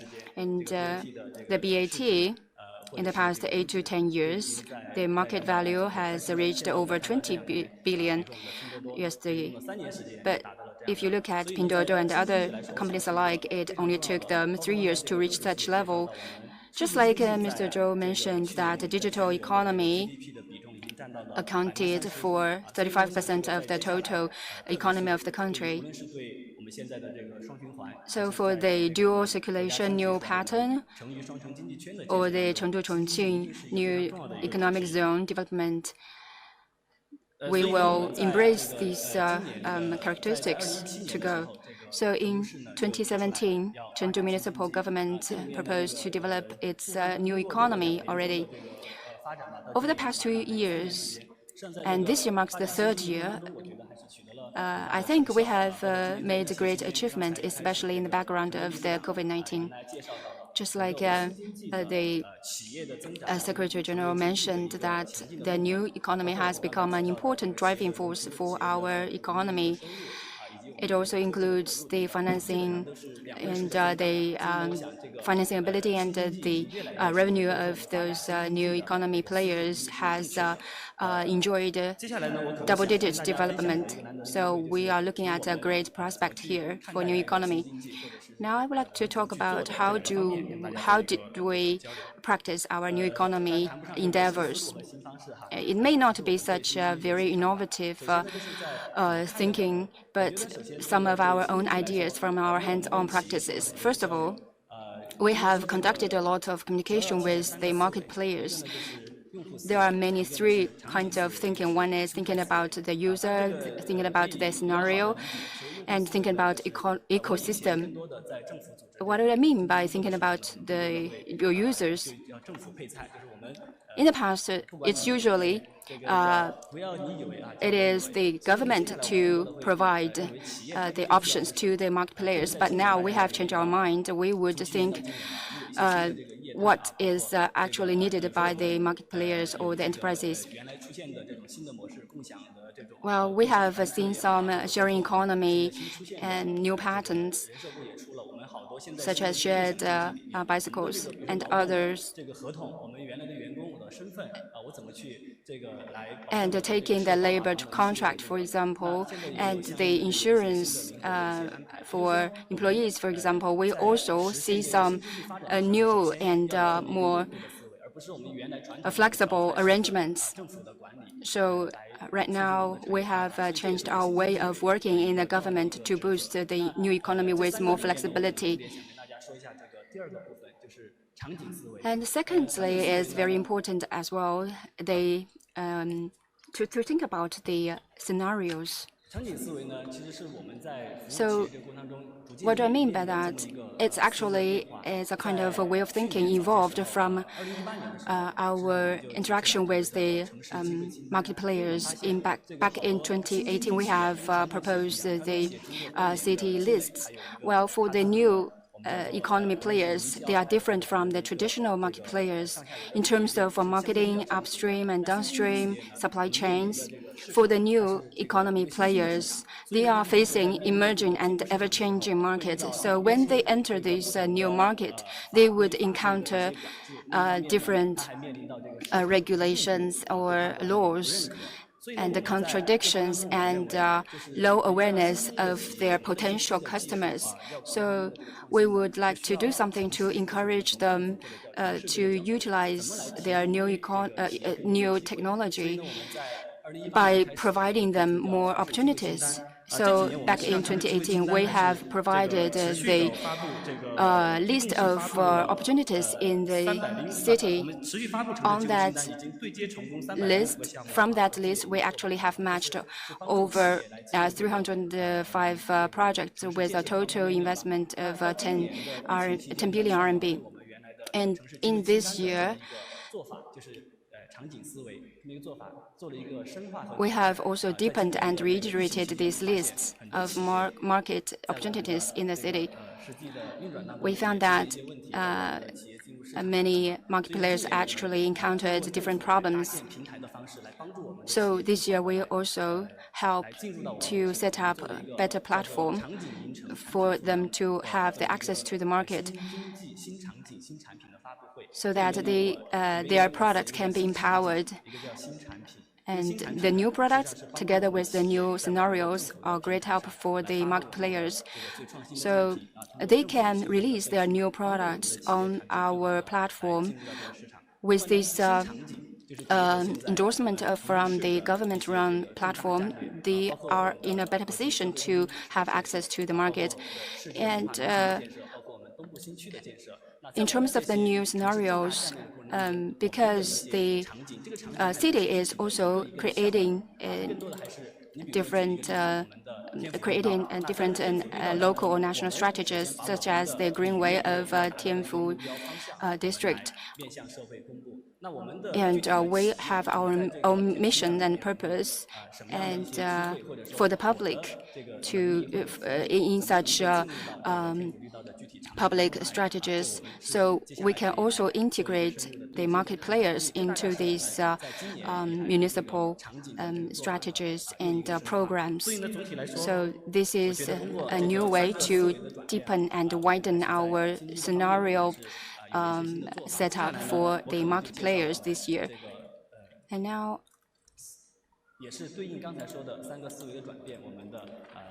it is also related with what we have changed in terms of thinking.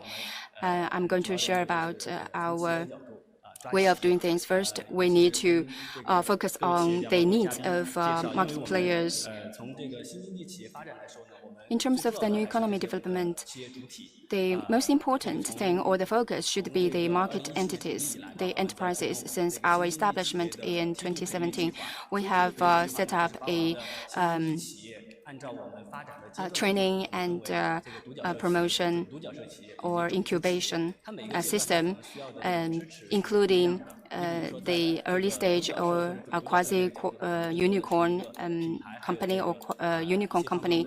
While for the quasi-unicorn company, they may need some branding support, while for the seed stage company, they may need support from the marketing or funding. So we use different tools or ways to help these startups at different levels. We also have a list of 100 companies to provide them specialized or customized service. After 3 years of nurturing, recently we made a survey. We found great achievements in 16 different verticals, including the unmanned vehicle, the drones, and internet platform service. We have been playing a leading role comparing to the rest of the country, and we are also embracing more companies to create a better ecosystem together. We also encourage the R&D into innovative products by the market players. For those mature or growth stage or realization stage companies, we also provide a list of innovative products.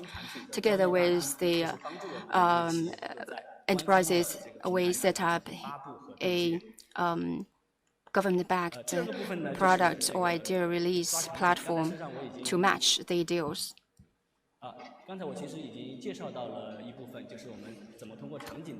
About the scenario based operation, we use it to help our market players to have good access to the market.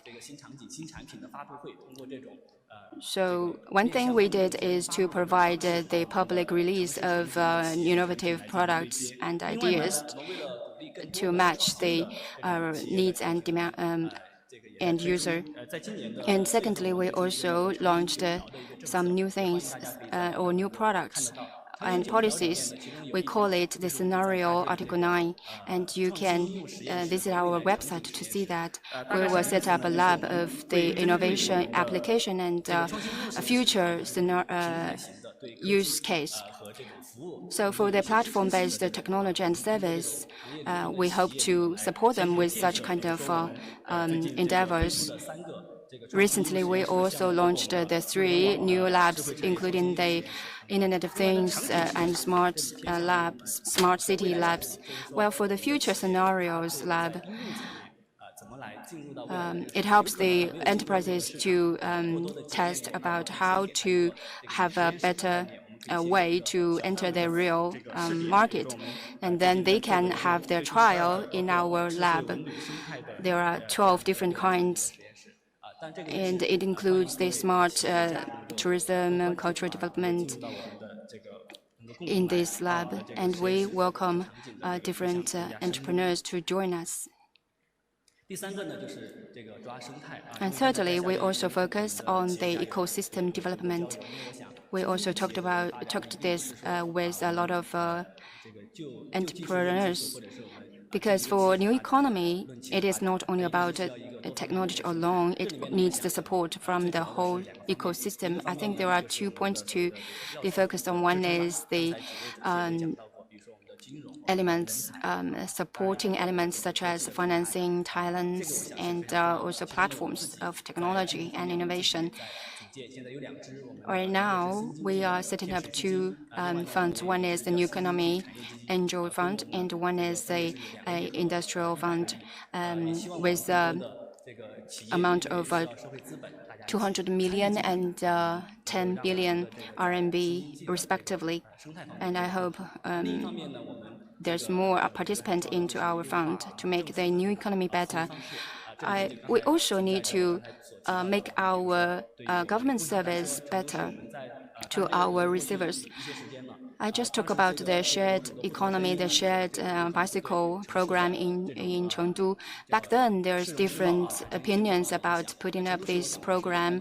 Somebody worried that it may affect the tidiness of the city, but we think differently. One side, we need to provide better and convenient service to our system, but also we need to push forward the economy development so as to minimize the negative impacts.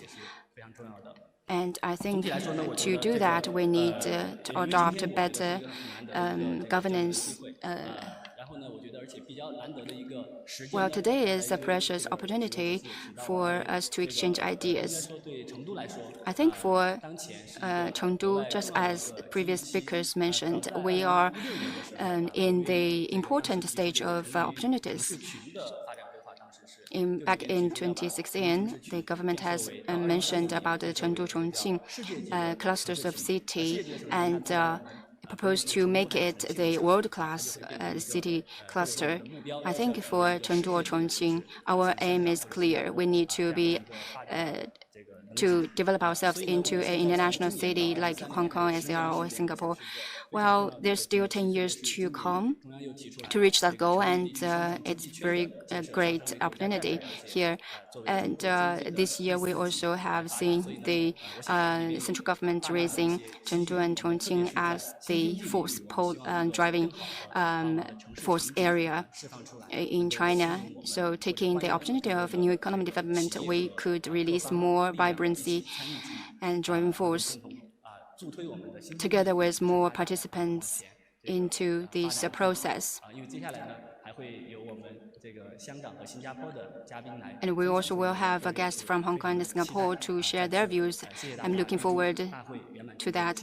I would like to wish this forum a great success. 谢谢李嘉林先生给我们带来对于中国西部科技之都成都在新经济发展方面的一些经验的分享。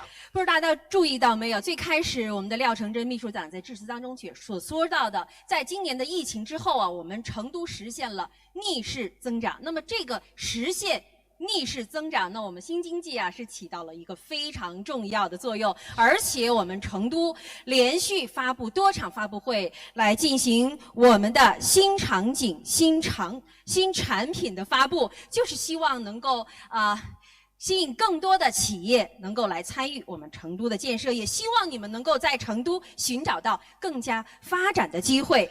而且我们刚才我们讲到了那么多成都在新经济的场景应用方面，在机会清单方面给大家更多的启示和机会。不过接下来呢，因为时间的原因，我们就要切换到另外的地方，我们将分享到。接下来我们将镜头转到香港南华早报的直播室现场。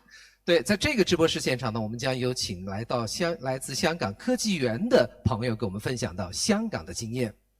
有请香港科技园 CEO 黄克强先生来分享香港故事。So, ladies and gentlemen, now let's move on to the SCMP studio in Hong Kong to share the speech made by Mr. Albert Wong Hai Kyung, CEO of Hong Kong Science and Technology Parks. He's like to share the story of Hong Kong. But let's take a look.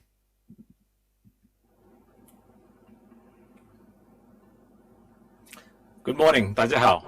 It's an honor and a privilege for me to be talking about Hong Kong technology innovation in this forum. Usually when people talk about Hong Kong, you would not think so much about Hong Kong as a place for technology innovation. But in the past few years, Hong Kong has put a lot of resources into promoting technology innovation, entrepreneurship. This is some of the things that highlight the achievement or the resources that have been put into technology innovation in Hong Kong in the past few years.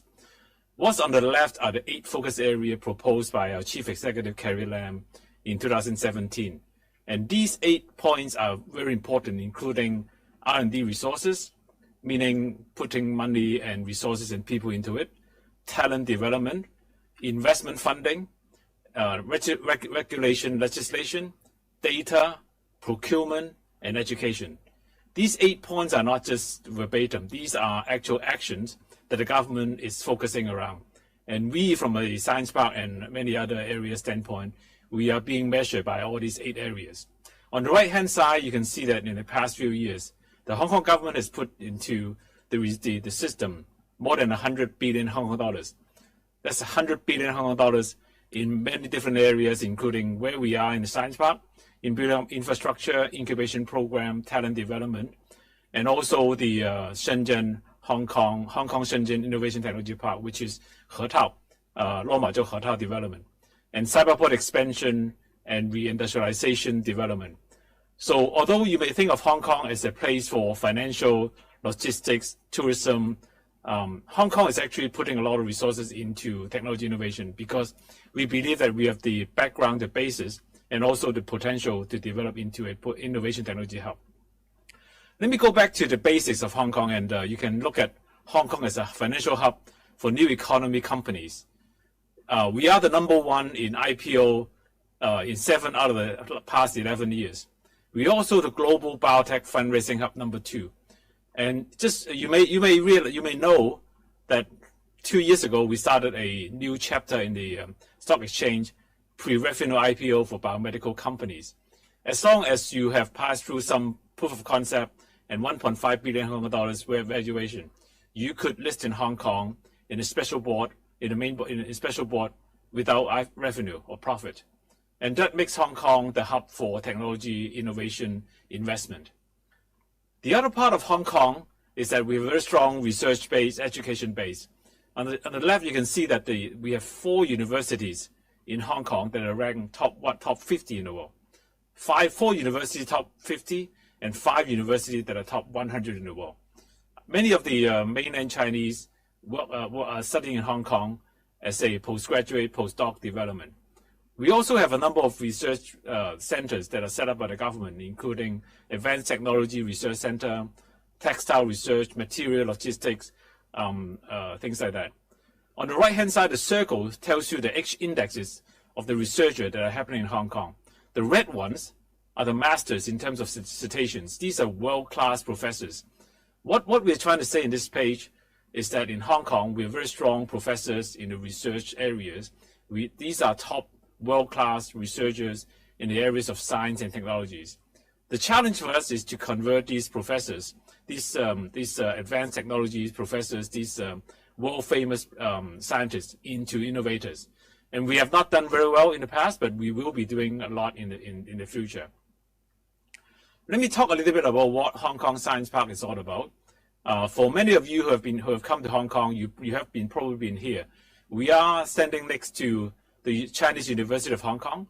We have been around about 18 years. In about 2 years, we will be going into our 20-year anniversary. We have started in 2002.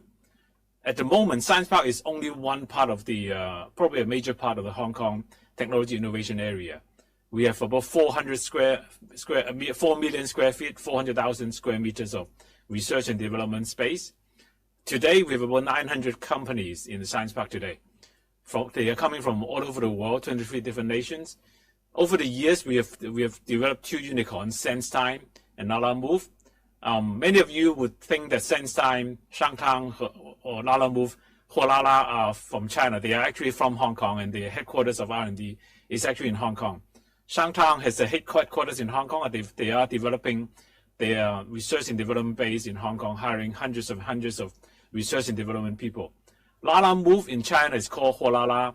It was started as an incubator in Hong Kong. It's now grown into a $3 billion US company. In the Science Park, we are not just a office space rental. Of the 30, we have now 13,000 people working in the Science Park today. Of the 13,000, about 9,000 of them are research and development people.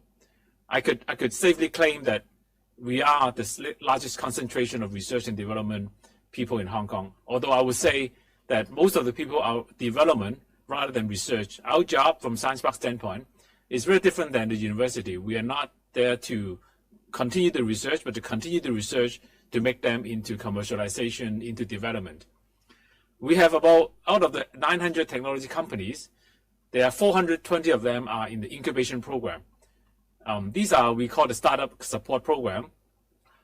When you have an idea as a university student or someone with an idea to start a technology venture, we will provide you with help in developing your dream into reality, including helping you with opening companies, raising funding, connecting with industrialists, product development, the whole chain of work from an idea of a technology into a minimal viable products, into a sellable product, into success.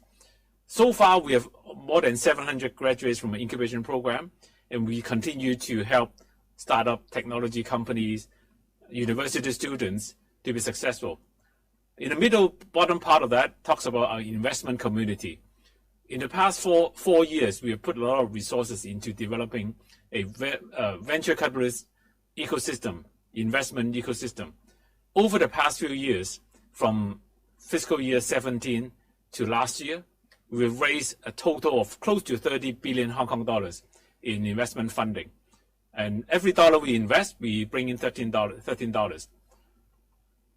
The last one I want to talk about is what we call the Inno Hong Kong initiative. The Hong Kong government has put into 10 billion Hong Kong dollars in creating 2 clusters.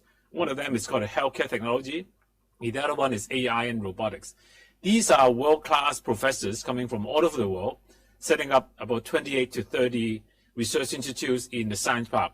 And these are not just paper writing research institutes. They would be here doing research and development, and we will be helping them become innovators. So our challenge in Hong Kong is that we have very good base in research and development investment.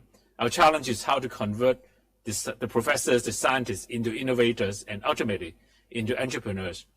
This is an opportunity in Hong Kong, for Southeast Asia, for Greater Bay Area, for China. We have the strength in research, and our job is to convert them into innovators and ultimately become unicorns or successful enterprises. Thank you. Let me pass the stage back to Chengdu.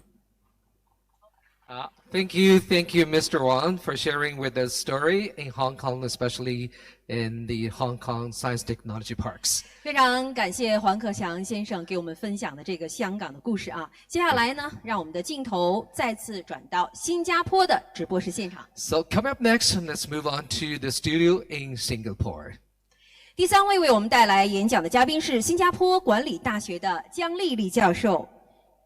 让我们通过姜教授的讲述，来看看新加坡在创新前沿所获取的成就。So coming up next, our speaker from Singapore is Professor Lily Kong, President, Singapore Management University, and she's going to share with us about the Singapore, how it achieved on the innovation front. Now let's take a look. 请看大屏幕。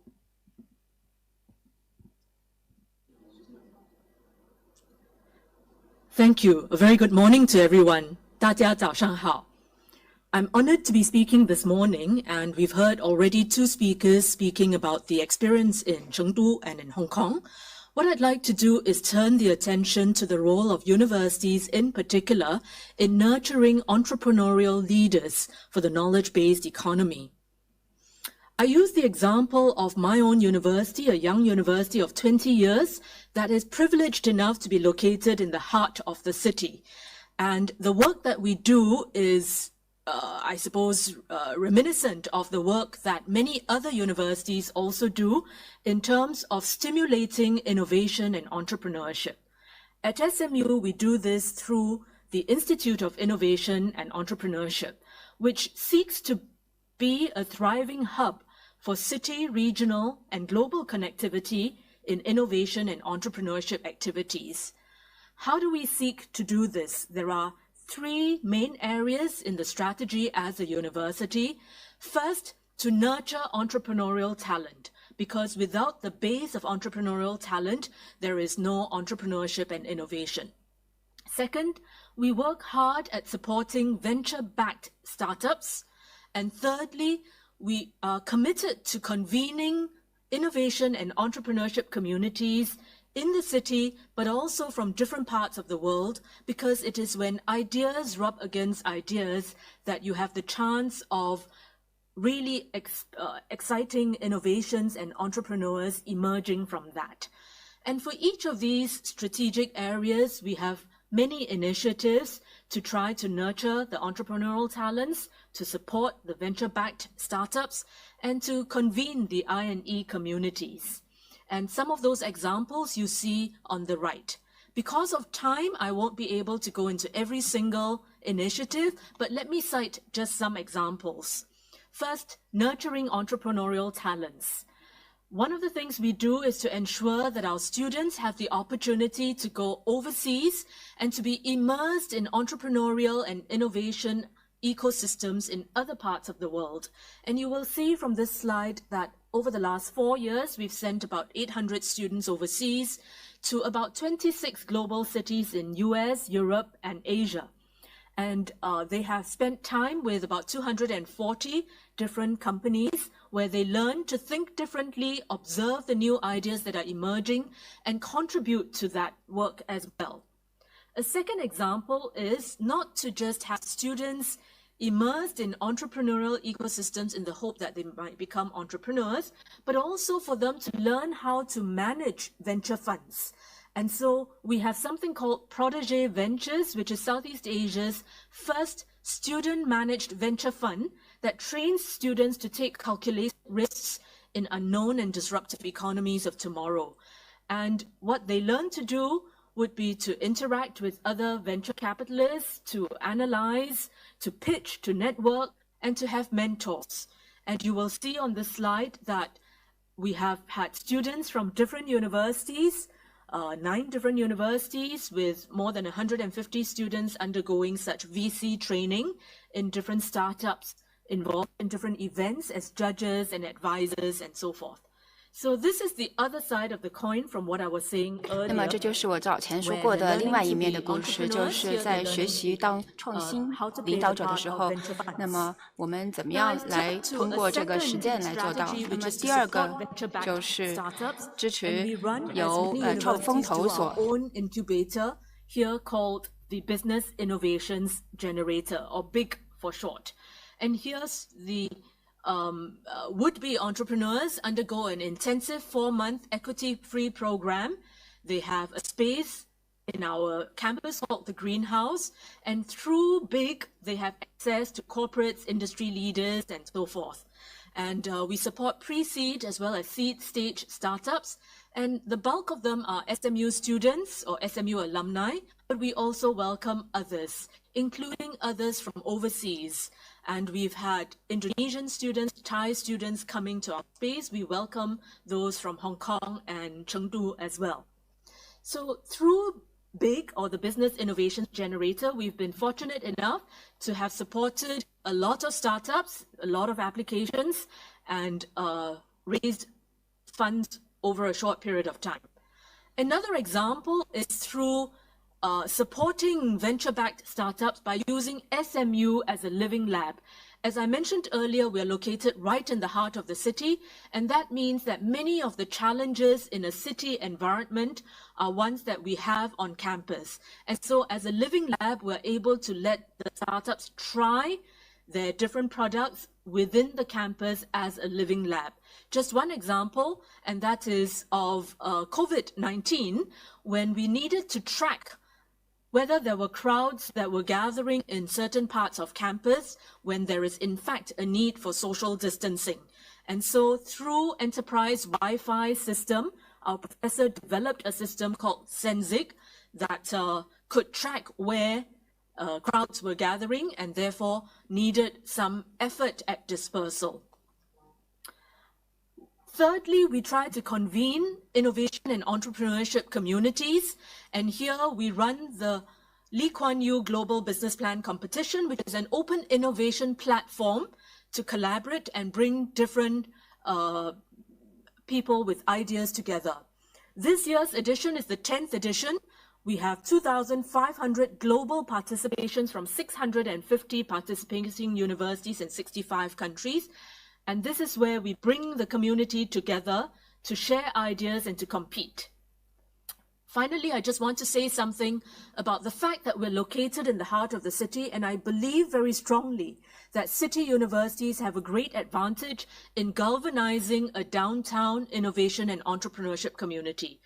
In the vicinity would be venture capital, with co-working spaces, the university, the legal firms, the law offices, and so forth, and the ability to convene a group where ideas can rub against ideas, where legal advice is available, where venture capital is looking out for good ideas. That location in the heart of the city allows us to be able to convene a very powerful community downtown.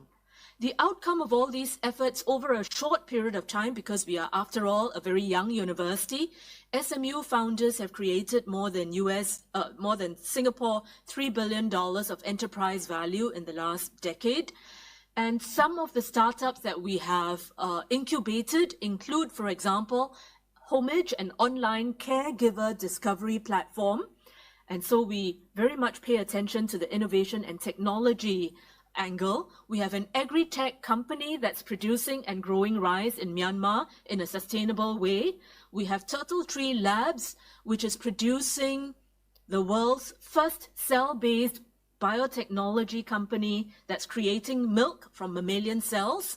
And NovaCall, a sales call automation tool that improves conversion rates for business. Many other examples, but because we don't run an engineering school or a medical school, we have computer scientists and a technology school. Our focus is very much pertinent to the topic of today, innovation and technology in a new economy. Thank you for your attention.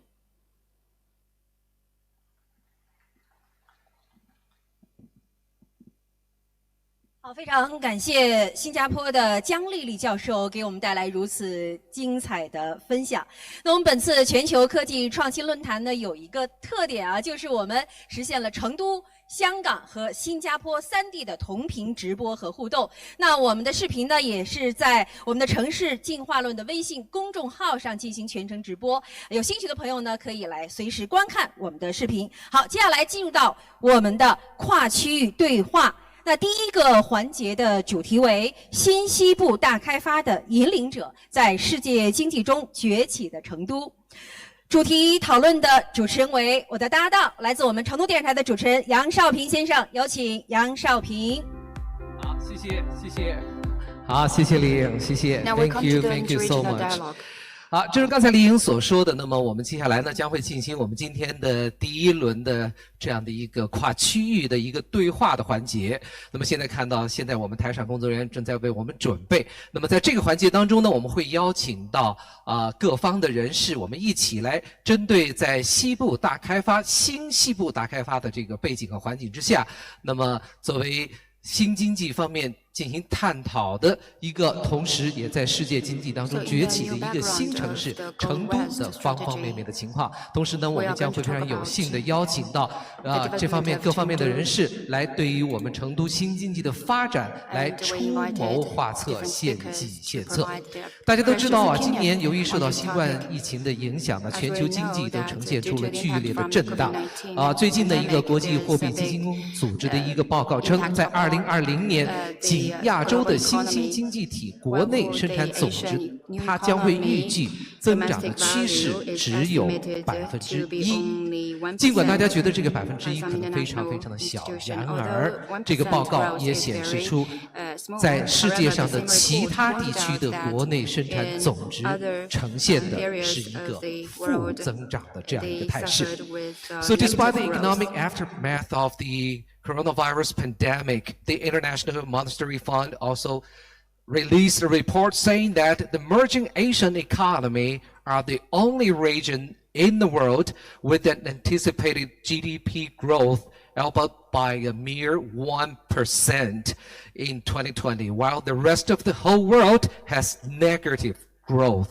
So facing such a great challenge, everyone throughout the world are trying hard to find solutions. So in the coming session, we'd like to invite our guests to be here onto the stage to discuss the topic, saying that how to make progress in the very, very critical year, especially in the background of the world. 好，那么接下来呢，我们将会有请到我们这个环节参与我们讨论的各位讨论的嘉宾。他们是第11届全国人大财政经济委员会副主任、93学社中央委员会第12届副主席贺铿先生。So coming up next, it will be great honor to invite our panelists to be here on the stage. First is the Mr. He Keng, Deputy Director, Finance and Economic Committee of the 11th MPC. 好，接下来我们将邀请到的是全国工商联原副主席王志国先生。Mr. Wang Zhiguo, former Vice Chairman, All China Federation of Industry and Commerce. 好，接下来我们再邀请到的是国务院参事室当代绿色经济研究中心主任郭长健先生。Mr. Guo Changjian, Director of Institution of Green Economy, Counselor's Office of the State Council of the People's Republic of China. 好，接下来我们还会邀请到我们经济界的人士。首先请到的是杉树科技联合创始人兼 CPO 王希先生 ，Mr. Wang Xi, Co-founder and CPO Cardinal Operations。好，接下来我们邀请到的是普华永道企业融资与并购部中国主管的合伙人、全球跨境服务中国主管的合伙人以及“一带一路”业务主管合伙人黄耀和先生 ，Mr. Gabriel Wang。PwC China Inbound and Outbound Leader, PwC China Deals Markets Leader, and PwC China Head of China Corporate Finance. 好，最后一位将是我们的华兴资本控股集团的总裁兼华兴证券香港董事长丛林先生。Mr. Lin Tong, President, China Renaissance Group, Chairman, Board of Directors, to join the panel discussion. Okay, so welcome everyone.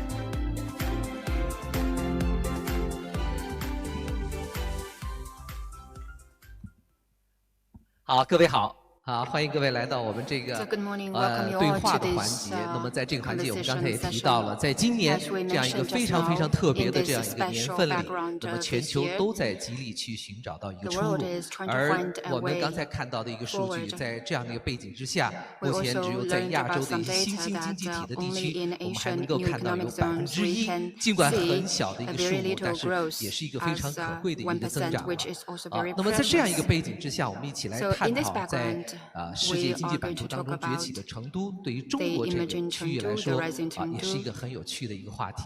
那么我想，首先呢， which 我们 could 想 be a very 请教一下 interesting 贺 topic. 主席， First of all, 那么在新的 to 经济 Mr. He. 大开发的这样的一个 In the 环境 background 背景 of 之下 the， 您 economic 作为一个咱们 development 国家 strategy, 非常知名的，也是咱们的 as 计量统计学的一个 a 创始人之一的专家， an 您怎么去 expert 看 and 在 the 这样一个 founder 背 of 景之 the 下，成 economics 都这样一个崛起的经济体，它在未来有怎样的一 metronomics, 个预期 and 或者是表 how do 现 you 呢？ look at the prospect of Chengdu in this new economy?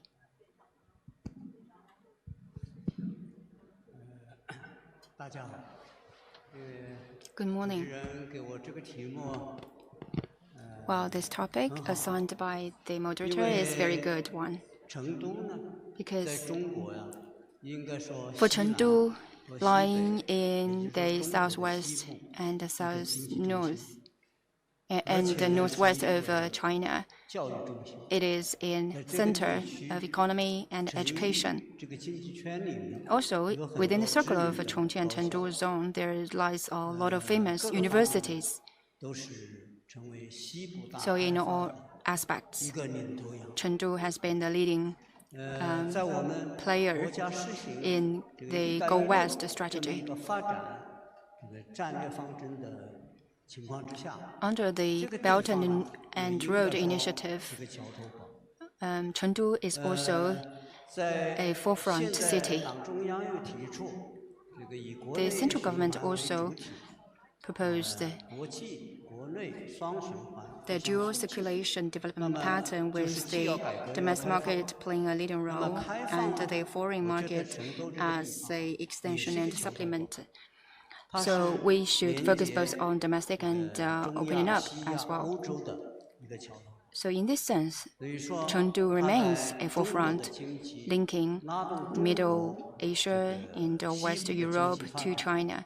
So 做一 it 个 plays 很 an 大 important role to pull forward 第 the 二一点呢， economy 大 development 家 in the 都知 western 道， part of 我们已 China. 经进入了 Secondly, 一个新的时代。 we know we are 在这 entering 个时 a 代里 new 头呢， era. 它的主要矛盾 The main contradiction for this new 人民 era 对于 is 美好 that 生活的 on 向 one 往 hand, 与 people 我 are 们的 looking 经济 forward 发 for 展 better life. 这 On the 个 other hand, 不 our 充分的 economy 表 is not well 如果 balanced. 说不平衡的话呢，除了城乡不 In 平 terms of the unbalanced forces, we see it across the urban and rural areas and across the west, middle, and east areas of China. So in these coming 5 years, I would say 发展的。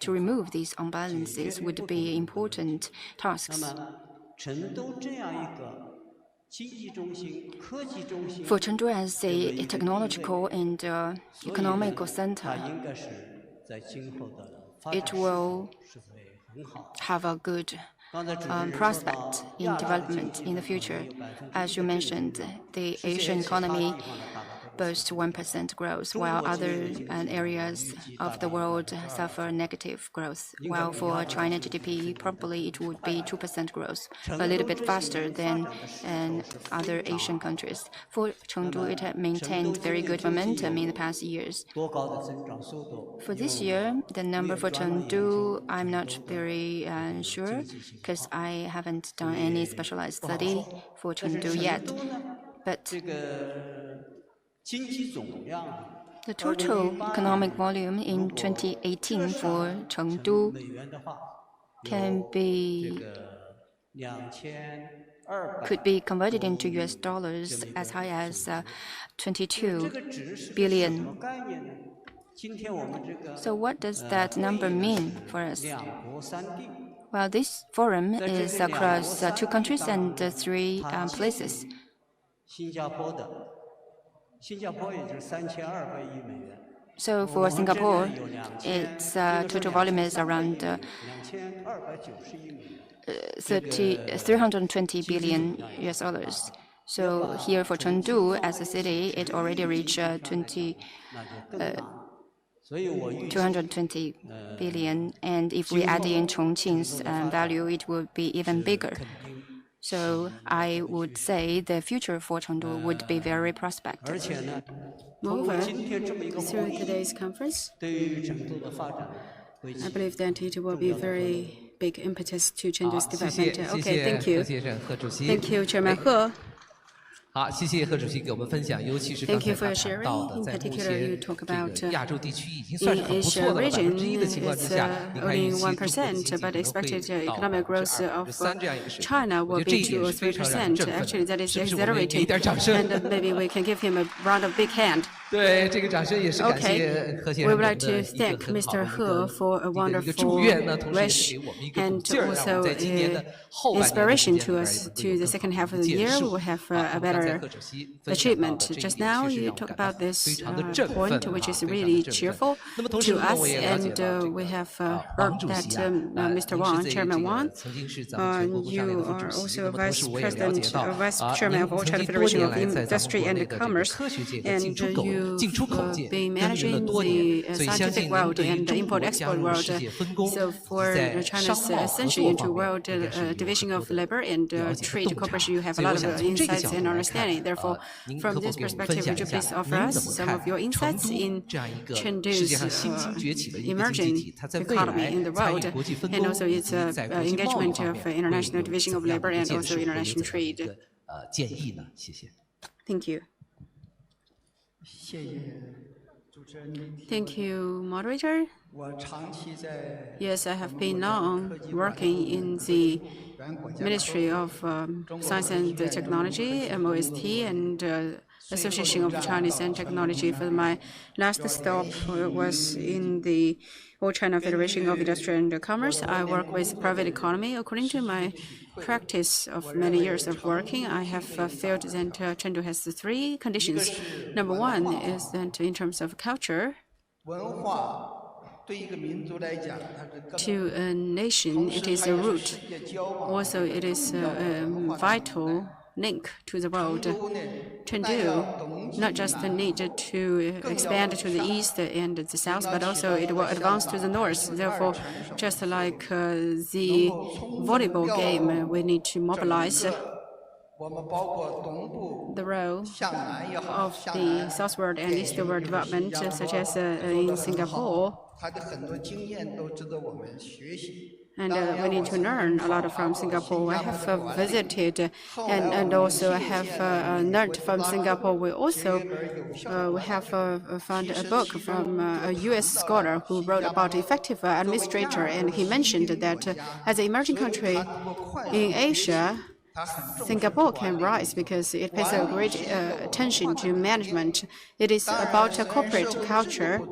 Despite different institutions, different systems and values, the fundamentals of a culture is the same, which is to mobilize people. Therefore, we need to have a minimum objection and maximum agreement. Especially, this is a book written by Peter Drucker. And therefore, instead of pursue some hegemony, China only seeks win-win and cooperation and negotiation, and we pursue harmonious development. Therefore, that is quite important. And Chengdu has a profound history and culture, such as 3 kingdoms culture, and also thousands of years of history and culture. Second is that technology. I think that Chengdu has a condition to develop technology to a higher level, and especially since reform are opening up, we do have a foundation to develop high technology, especially in the realm of science and technology. Our basic construction is quite complete. The discipline and industrial sectors are quite complete in Chengdu.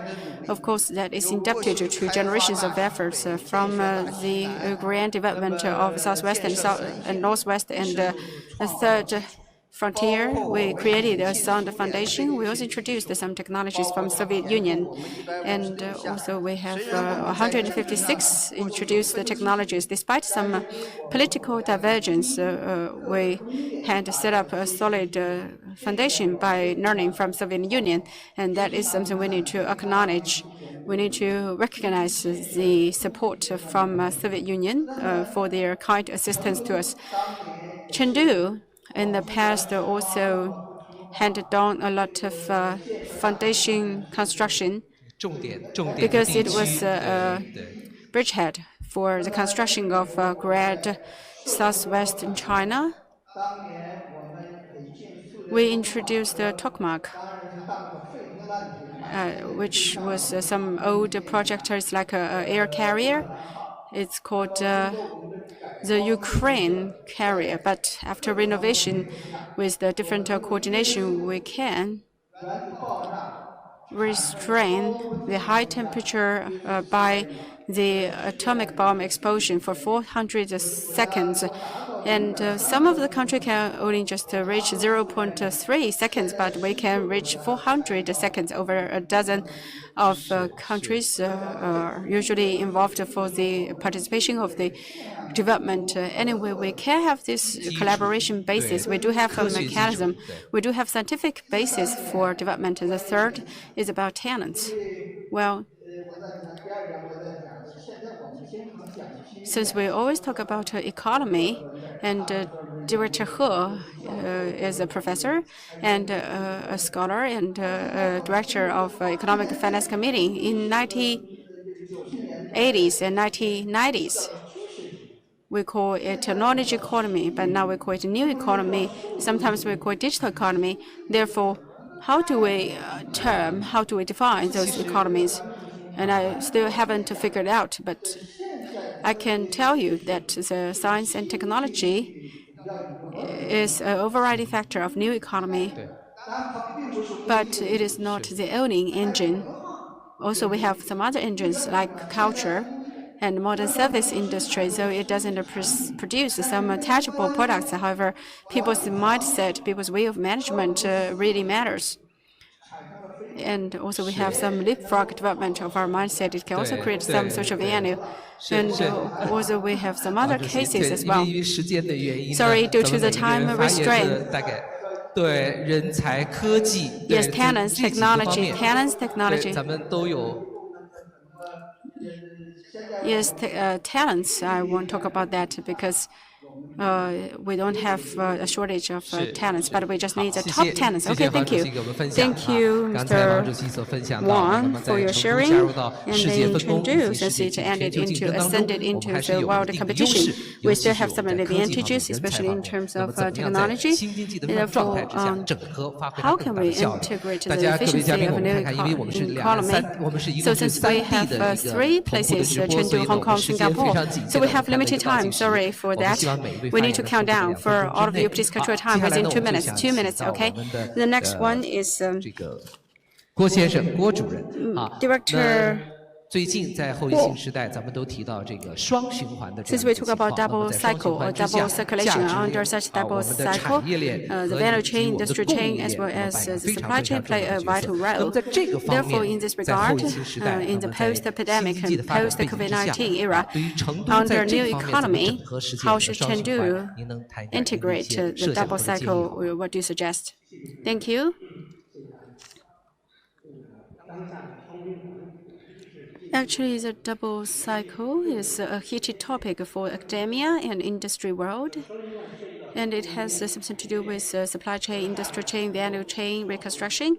It requires our participation and become a key link. In recent years, the supply chain structural reform has yielded great results. Actually, that is quite consistent with double cycle, double circulation. No matter for the production element, production mode, and reform, or to identify the potential market, we have a core content, which is innovation. or to create a new supply and demand, and also to give rise to new needs. And also the technological innovation is quite vital because it is not just about overlapping effect to give new brilliance to traditional mode, and also it has some extension attribute by conversion of technological results. We can raise efficiency and unleash further bonus and to strengthen the aggregate, the incremental part. We have seen that the integration between technology and culture from AI, VR, and 3D technologies, and the culture has been revitalized, but also the distance between us and traditional culture has been shortened. The cultural industry is making strides forward to become a sunrise industry. And in study, we have found that cultural consumption has taken ever higher proportion of consumption mix, and also the growth rate is very pronounced. And with the Belt and Road initiative and with the national guidance of Chengdu Chongqing economic zone in 2019, Chengdu Chongqing zone and the highest GDP, only second to the Yangtze River lower stream, but it's higher than Beijing, Tianjin, and Hebei. In the past, we intended to go to coastal areas for development, but now people intend to go to the west for development. And because Chengdu, as the origin of the Southern Silk Road, it has a profound culture, laying a solid foundation for cultural industry. Chengdu boasts 2 World Heritage Sites, 150 museums, and it is the first bench of the consumption pilot city of China in 2019. And added value of the cultural industry has been over 100 billion yuan, added by 25%. In addition, some of the AGTN some animation industry has been born in Chengdu. Yes, Chengdu has a lot of industries advantages. And also, while we promote a double cycle industry, do you have any special things to mention as for its contribution? Yes, some personal suggestions of culture. First is 4+. The first is scenario plus numbers, because we have the #1 museums in China, and for intangible cultural heritage, and also #2 is Xinhua Book Store. And last year we have 88 cultural block streets and 661 cultural creative spaces to exhibit and to exchange cultural aspects, especially for 3D printing and other aspects. We have implanted cultural elements and increase interaction and highlight personality, and for smart experience, not just for Chinese culture, but also we need to bring in diversified world culture. And so could you please speed up? And the second is IT and AT, and IT and AI, and the third is culture and dissemination, communication.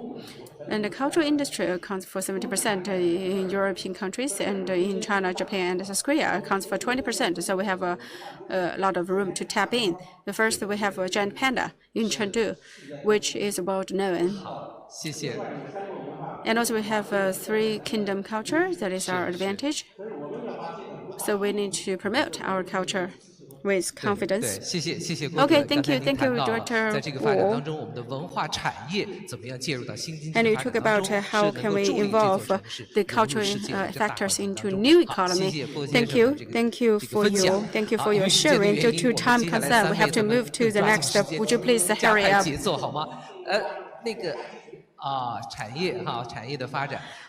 And the fourth one is industry, and the next one is Xu Wang, founder and CPO of Cardinal Operations. So, how does your company do to play a better role, especially in the special epidemic background act this year? How do you promote the upgrading of traditional industry, and what can you offer to Chengdu's development? Thank you, Mr. Yang. Hello, my name is Wang Shi.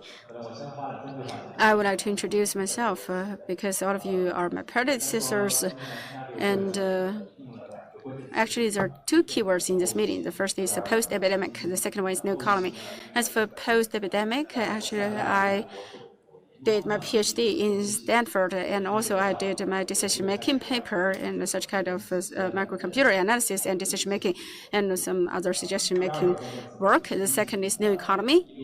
In 2016, I joined with my fellow students in Stanford, and we founded this company, Cardino Operations. So we try to use the decision-making algorithms back in China and to assist the enterprises and empower them. Therefore, in the past few years, we serve hundreds of enterprises in this regard, such as logistics and manufacturing, so on and so forth. And we also provide service to customers in Chengdu. So it's a simple introduction for my company. Back to your topic. I think for Chengdu, back in 2019, there's a American Institute report saying that Chengdu is the best manufacturing city. I think that is a very important signal. Because for new economy or industrial upgrading, we see the influences from the policy and talent base and also the manufacturing foundation. And from my micro point of view, I think it is a barometer of social governance as well. For a manufacturing player, they need good well-managed ports and passionate employees and a stable society and complete system of sourcing, energy, education training, and even residence. And I think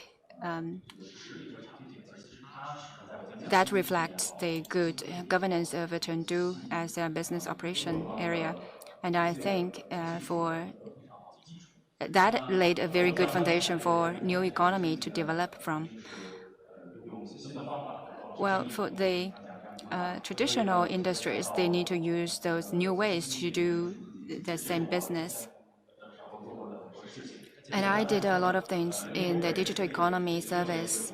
I came back to China in 2016, and I actually experienced the closure of the big data concept and the starting of the AI. So it's a very interesting juncture time for me. For sectors like manufacturing, consumer service, energy, petrochemical, and other sectors, they want to upgrade themselves and they would like to mining deeper benefits from the digital side, but they did not know what to do. They can take on many spreadsheets and to do prediction through those tools. But one important thing is to improve our decision making and operating ability through the digital tools. Well, in this new area, we would say that the new trends, including the pandemic, is just a question upon your operation ability by the nature. So for Chengdu, it has a very clear guideline from the government. So I think for the new economy development of Chengdu, playing a big role in the Go West strategy, I'm fully convinced that it will have a good future, and I would like to contribute my part of endeavor here. 对，尤其是刚才王先生所 for 分享到的这个，在目前这个后疫情时代，那么我们这样的大数据这个数字技术的给我们的产业的赋能是一个非常重要的这么一个角色。那么说到这儿，我想起来，在昨天晚上，我跟黄先生，来自咱们普华永道的黄先生在沟通的时候，他也提到了，作为世界上3大策略咨询机构之一的普华永道，一直对于中国的城市进行了很多的关注，而其中成都是他们的关注的焦点之一。那么相信刚才他跟我也昨天跟我分享到了，好像在你们的统计报告里边，成都也是扮演着非常重要的角色。有这样的数据能够我们进行分析。Chengdu also has a very good number as well. Thank you. In the past 2 to 3 decades, I have encouraged and helped many Chinese companies to going global, and they have made good achievements. Well, for some type of, and I also also witness different development of different countries. One is with the good technology and foundation. One type of country has the supply chain and industrial chain. And another type is like America. They have the technology product and also the industry chain. So when we look into the prospect of the different cities, we should look at whether they have these product, technology, or industrial chain. They also need to be checked about on the market side. So recently, we have produced a new report. In that report, we have 55 indicators on 10 dimensions to rank different cities around the world. Chengdu ranks the 5th, followed by Beijing, Shanghai, and Guangzhou and Shenzhen. So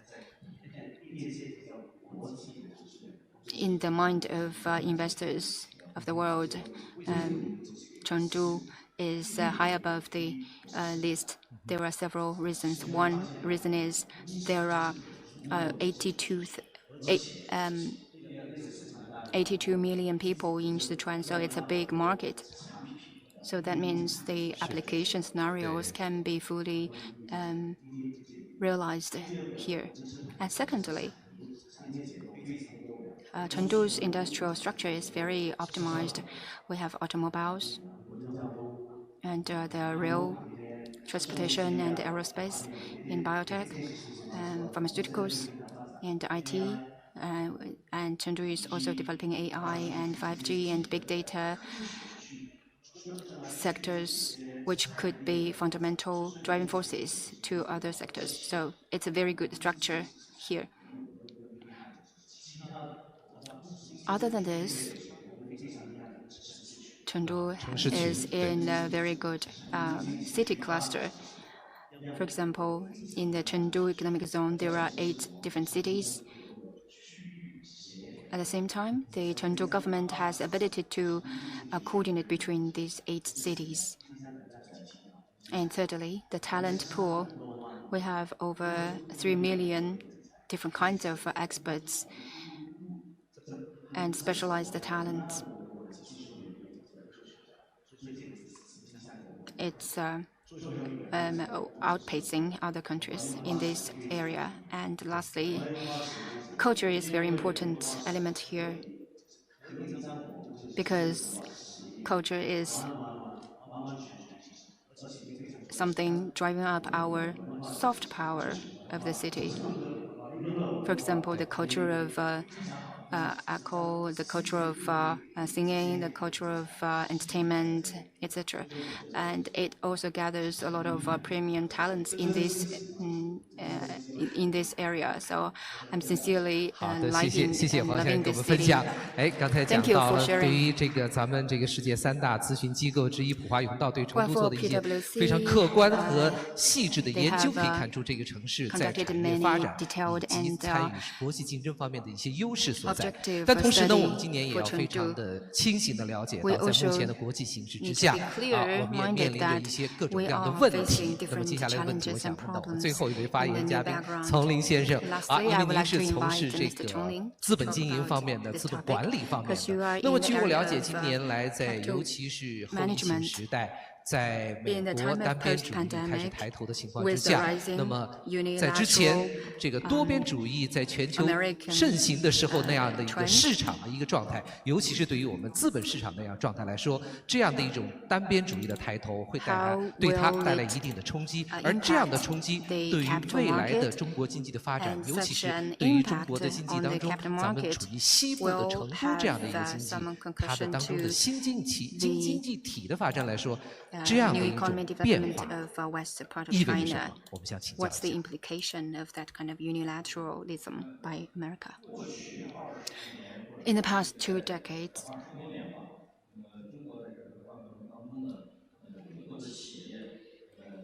Chinese enterprises, after reform and opening up, utilized the capital market, especially the capital market from America. So that is the fact. Especially in the past 10 years or more, our new economy market players would choose America as the first place to go to raise funds because America has been leading the world in new economy development. So the American investors are more savvy about a new technology and its trend. But in the recent years, due to the pandemic background and also due to some other domestic problems like a Luckin coffee issue, we see that there's a kind of a bad influence on the reputation of Chinese enterprises. So for Chinese players in the new economy who would like to go to America for raising funds would face some difficulties, but there's something good news here. Because domestic capital market has been going through different reforms, and also achieved some good result. The innovation board has been set up, and also the GEM board has also been reformed. That means good opportunity for the high-tech enterprises and the new economy players. And that's important fund channeling platform to the new economy. Also, we see the Hong Kong market since 2018 having been making institution changes significantly. So the pharmaceutical companies can go for listing before profit making, and also many players like Meituan, Jingdong, and Xiaomi went there for secondary listing as well after the rules was exchanged in Hong Kong Exchange. And Jingdong Health Arms also submitted their secondary listing in Hong Kong yesterday. Along with the reform and opening up of domestic and Hong Kong SAR stock exchange, many new economy players choose double listing in both mainland and Hong Kong, for example, so the domestic companies, including companies from Chengdu, would have more options here for listing. We also see a Singapore-listed company. There's one such company and 88 Asia-listed companies and over 20 companies listed both in mainland and America. Well, among the top 4 global global stock exchanges, I would say that more domestic companies would go there for listing. Thank you for sharing. Actually, we can turn our the disadvantages into opportunities. Just now you mentioned about the Hong Kong and Singapore market. We can see more opportunities for the Chengdu players.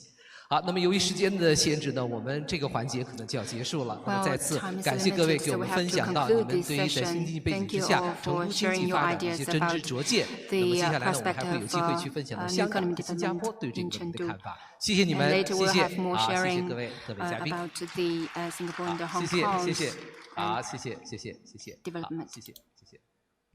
好，非常感谢这一个环节的精彩讨论。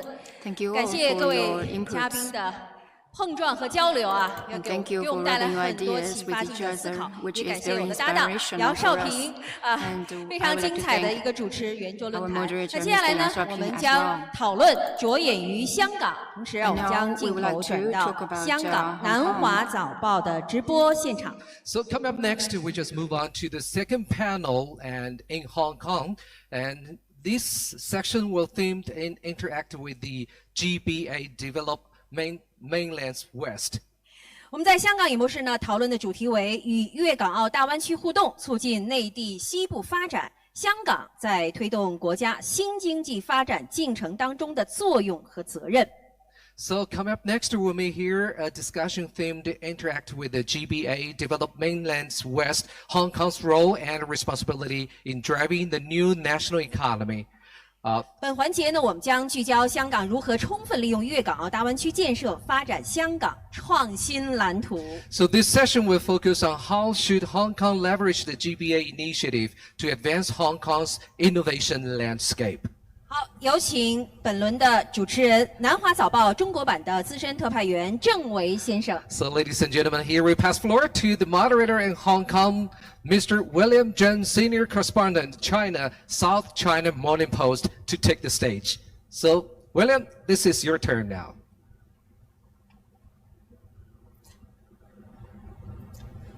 Thank you. Hi. I'm William from the South China Morning Post, and I will be moderating this section. I'm very honored to have Mr. Bernard Chan, the convener of Hong Kong government's Executive Council, Dr. Fong. Dr. Victor Fong is the group chairman of Fong Group, and Prof. Zhang Xiang. And Prof. Zhang is the president and vice chancellor of Hong Kong University. Welcome to the section.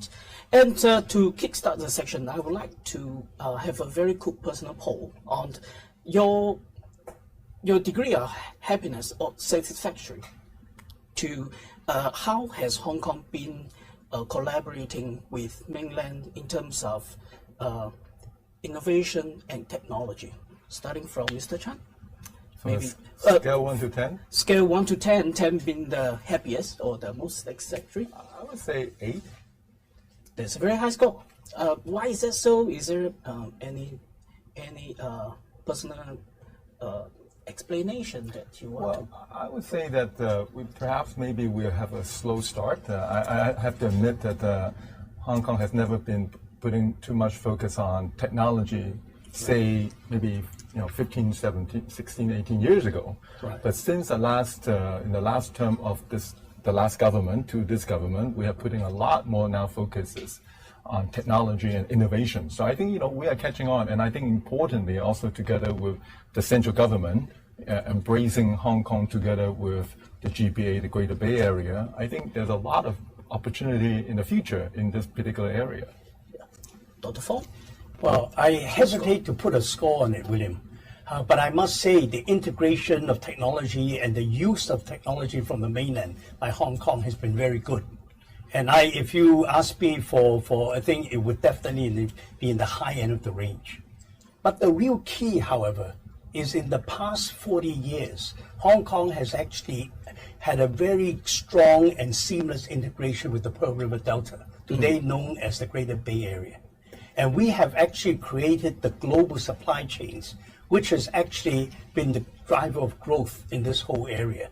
Today, however, I think the center of digital manufacturing in the world, I think, is in the GBA, especially in Shenzhen. So what we're really looking at is a new integration of technology in using the digital manufacturing in order to fit into our global network to create the next global supply chain, digitized supply chain of the future. Right.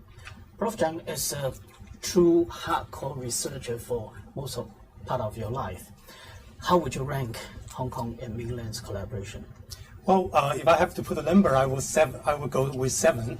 I think we have achieved a lot over, as Dr. Feng just mentioned, that over the last 40 years.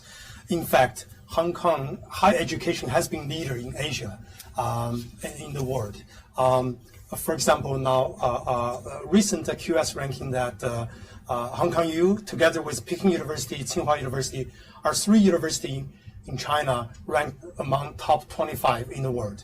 And over years, we have developed a close collaboration with mainland China universities and also industries. Some of our professors have a startup across the river in Shenzhen, have been launched successful entrepreneur there. So there's a lot of interactions and so on. But of course, if you ask where is the 3, yes, why I didn't give a 4 score, there's a lot of place actually we need to continue to develop. For example, how the funding across the river. And because we have a one country, two system, there's a lot of accounting system, legal system are quite different. Therefore, we'll continue to improve how we seamlessly integrate our collaboration. Can you name a few technological aspects that you think Hong Kong U can work very closely with mainland partners? For example, Hong Kong U set up the Hong Kong U hospital in Shenzhen. This is now ranked top 10 in China within only less than 10 years. So this is a great achievement. Now make a huge impact in Hong Kong, in mainland China's healthcare system. In addition, we have 3 posts in Zhejiang, namely Hangzhou Institute, and also Institute in Shenzhen. So we're continue to cultivate our collaboration potentials. Right. The next question is both for Mr. Chan and Dr. Fong. I hear debates on old money versus new money in Hong Kong, where Mr. Fong, some of them rank you as old money. But how has Hong Kong companies been reinventing itself facing this new technology wave? And Mr. Chan, you can also chip in from your business perspective. Well, William, I think that's a very good question. I think the key that we need to observe is there's a revolution going on among the consumers in the world today. Because of the enabling with new technology, everything now is driven from the consumer. So really what we really need to respond to is a consumer demand, a consumer pull, a type of a supply chain. And the real key to the whole thing is in digital product development. That is actually the higher end of the supply chain, the upstream part of the supply chain. That has to respond to the demand. And that's really where our transformation, that from established companies to the new companies that we're seeing in Hong Kong is really happening. Now, like the professor said, we are in some technologies very good, but the key thing that Hong Kong companies are doing is having a very good view of the whole scenario, the array of technology that could be put together and applied and orchestrated. As a user of technology. Yeah, and the user, but also to find out what is new and to adopt that quickly. That is really our key. So if we concentrate on the entire supply chain, all the way from conceptualization of the product, from the idea, all the way to delivering a product to the consumer, from idea to consumer, the most important portion is the product design. And we're digitizing that whole thing. Right. In fact, if the whole thing traditionally takes 40 weeks, 20 weeks of it is actually in the digital design stage. Right. So if we shorten that, we're able then to serve this new consumer with much faster response time and also to serve individual market needs, which is low minimum order quantities. Where do you do the design?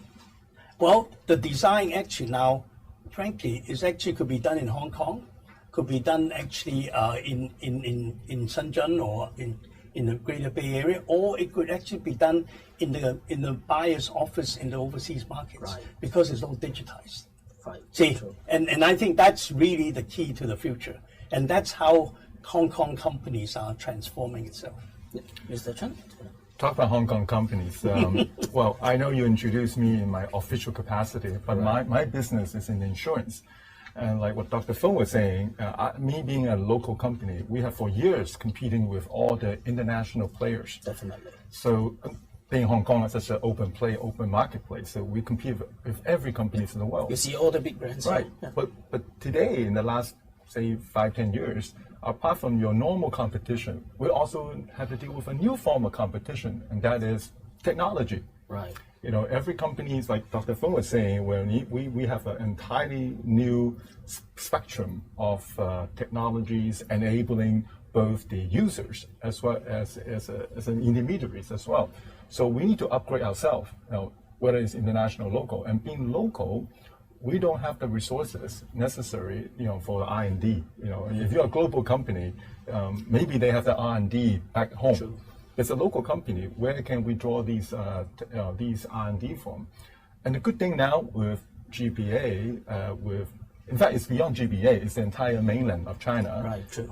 They're so advanced, so we can now actually take advantage of collaborating with mainland counterparts. The talent pools there. Yeah, so I actually started my company. We started a joint venture with a Chinese company, and that has been a phenomenal success so far, because it's not the money that we need for them, it's the resources, the talent resources that we can tap into.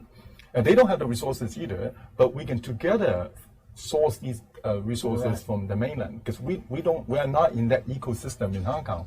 So it's important that, you mentioned O company or Hong Kong company, we need to collaborate. And I think the advantages in the mainland is not only they have the talent resources, but they also already in the last 10, 15 years have the experience in digitization. So there's a lot we can learn, so we don't have to go through the whole try and error.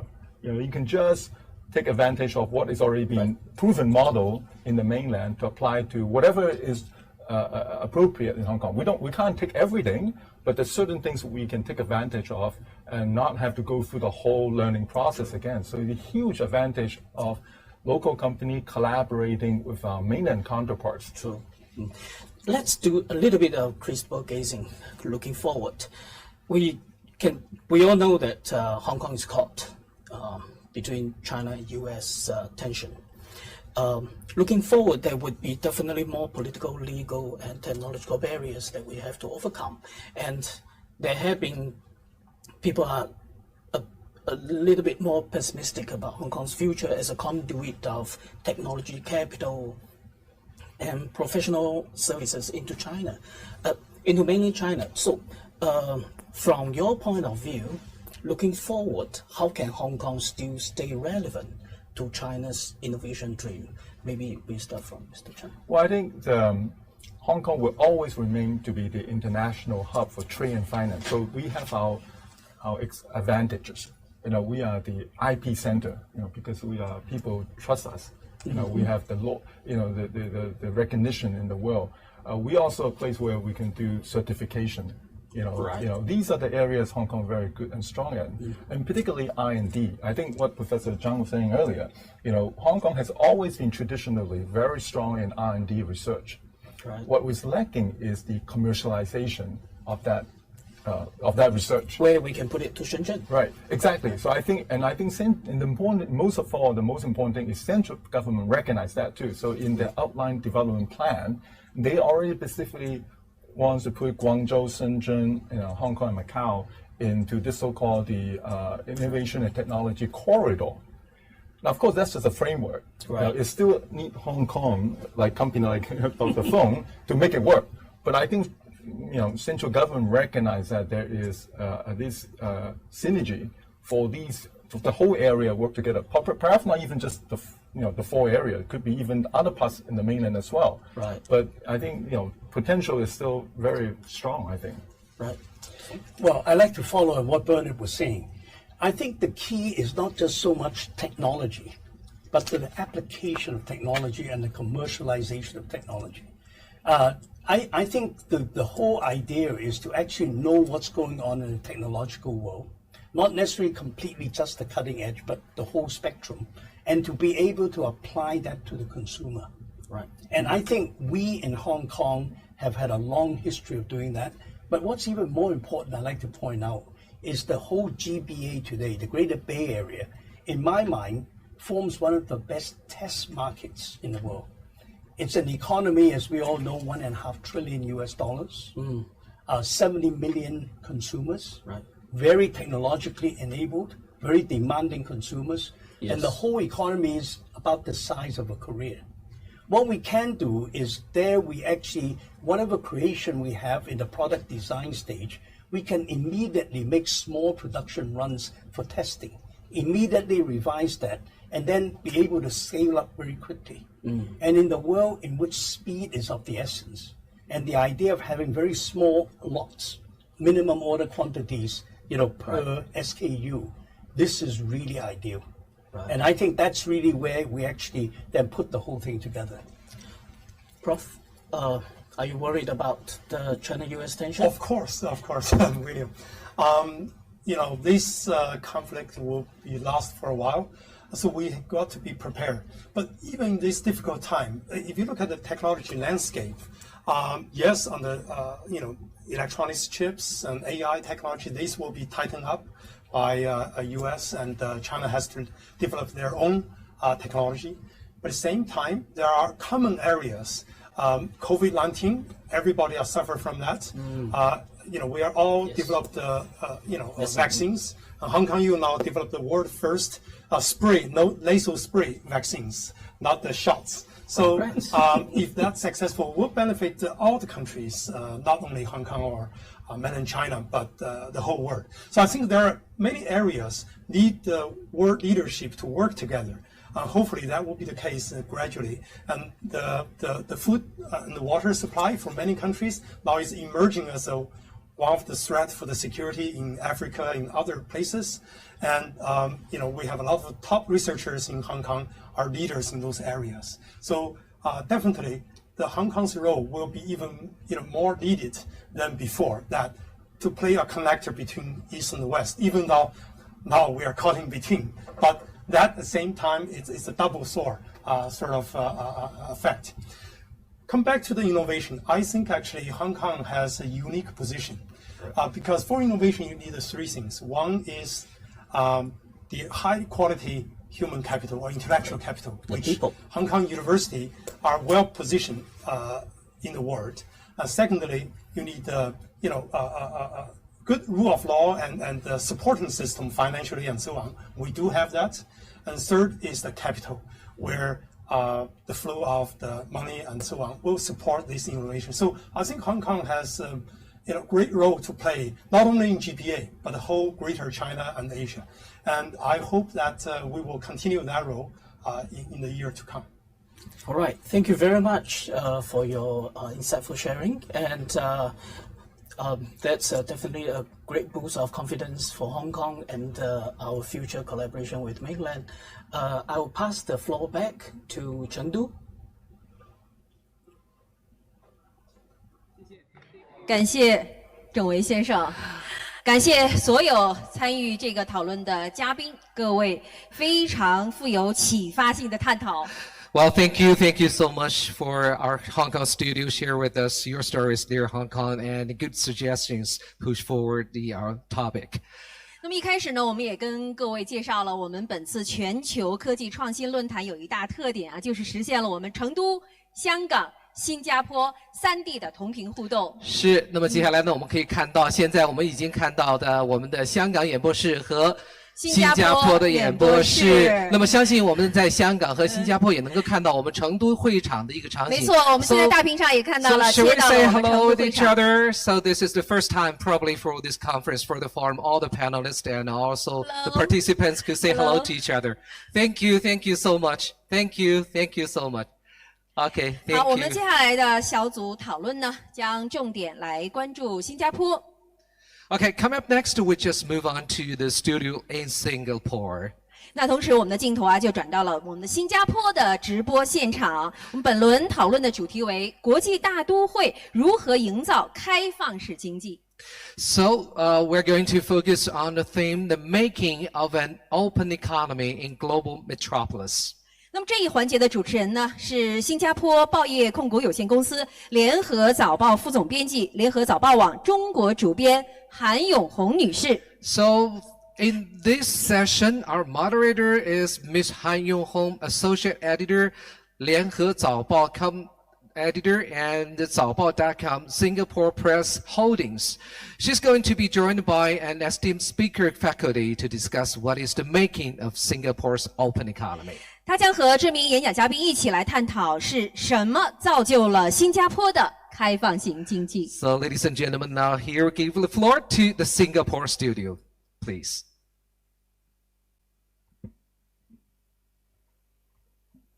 Thank you very much.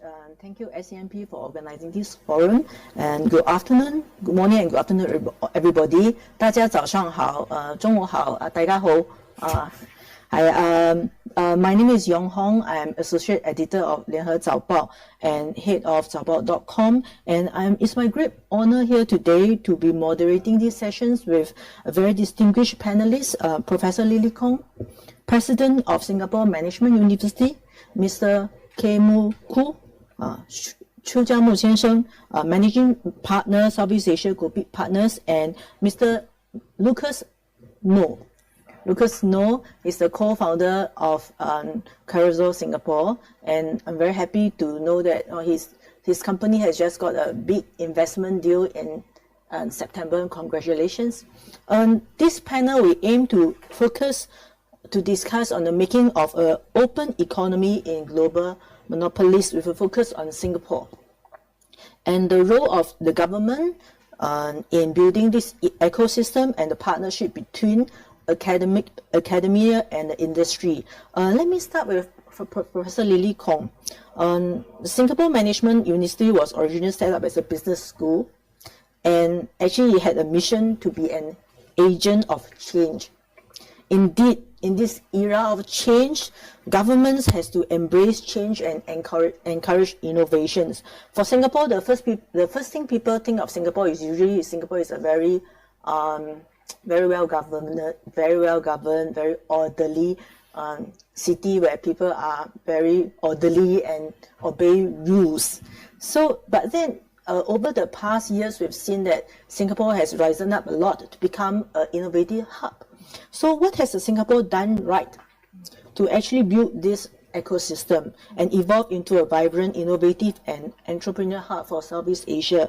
Maybe we'd like to hear from you, from university point of view, about the collaboration between government, academia and industry to create this innovative ecosystem in Singapore. Thank you very much for that question. First, greetings to our audiences in both Hong Kong and in Chengdu. It's a great honor for me to participate in this. The question that's been posed to me is a very important one. I think that for an economy to be able to thrive as an open economy, there is no one single bullet, silver bullet as such. It needs to be a combination of factors. And I'd like to speak about the model that many scholars have researched on and discussed, which is that of a triple helix model.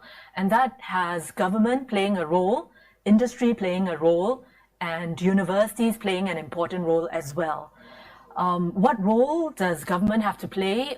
It's important that if an economy is to be open, innovative, to thrive and be entrepreneurial, then government must be supportive of research, innovation and enterprise. And in Singapore, we do have a research, innovation and enterprise committee that's actually chaired by the Prime Minister.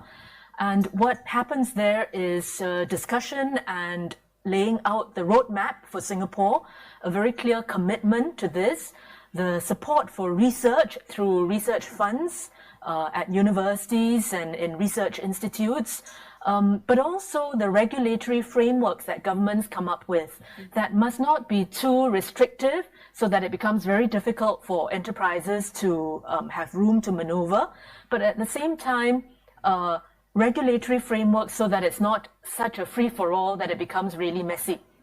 So governments with their regulatory frameworks, the sandboxes that they can set up so that ideas can begin to germinate and thrive. I think when governments fund research, they have a chance of actually influencing the kind of research that is done, that has a chance of being translated into innovation and enterprise. So not necessarily just very blue skies fundamental work, even though that's important, but the combination of that and applied research.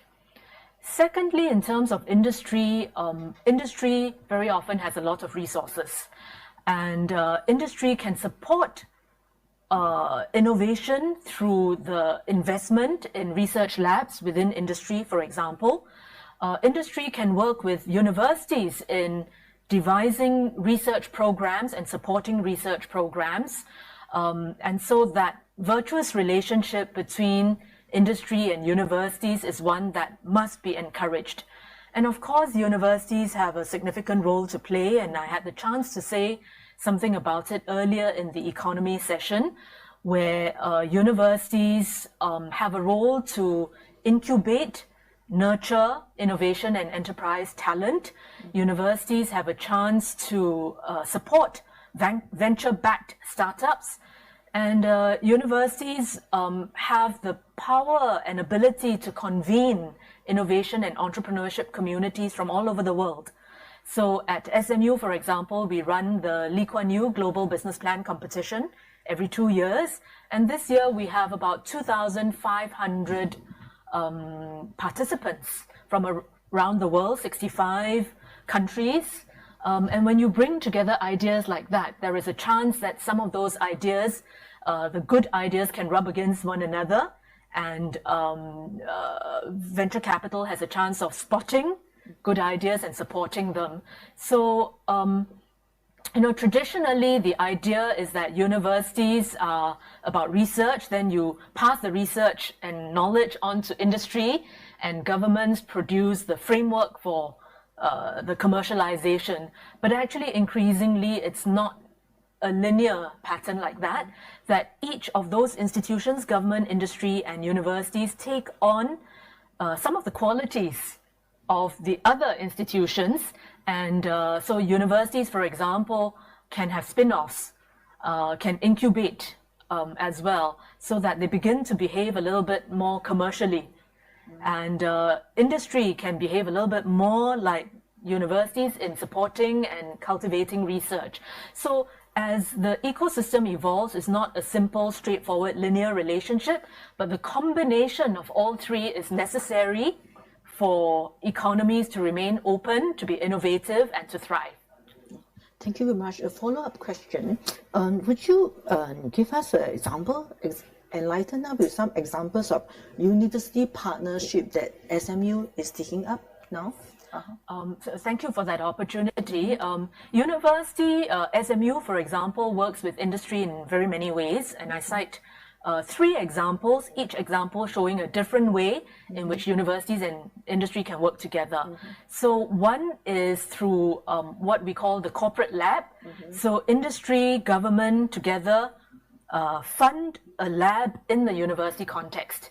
So the example that I want to use is of a lab that we call UNICEN, which has partnership between A-STAR, which is the Agency for Science and Technology Research that's funded by the government, together with Fujitsu, which is a private company, and the university. And the combination of resources has allowed for research into many areas of urban management.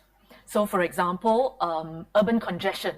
How do we solve challenges around urban congestion?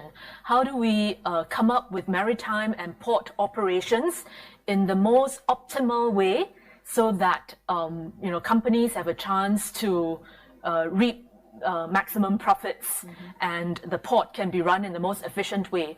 Or if we're not thinking about profits and bottom lines, the delivery of emergency services, optimizing using AI and data analytics, optimizing the ways in which ambulances are dispatched to different parts of the island in a way that is most optimal. So that's one example of a corporate lab where government, private sector fund research together on questions and challenges that are important for the country and for the economy, and the university hosts that research. A second example, different kind of example, students working with industry. So we have something called SMUX, which stands for experiential learning. And basically, there are many projects that we work together with companies, whether it's well-established MNCs or startups, and the students over a semester will work on a particular project and challenge that the company wants a solution to. And the students work in multidisciplinary ways with a professor as a mentor, and the industry provides a mentor as well. And at the end of the day, the solution is one that can be used. So for example, we work with Deloitte on how AI is going to change the face of the audit industry. And the students have worked on projects to that effect. Or we have worked with Ascot, and many of you may know that Ascot is a property company that runs hotels and sort of residential properties. And so our students have worked with ASCOT to say, for the millennials, what kind of design is most needed to stimulate certain kinds of behaviors in those settings. And we set up an SMU lab funded by ASCOT in a heritage building.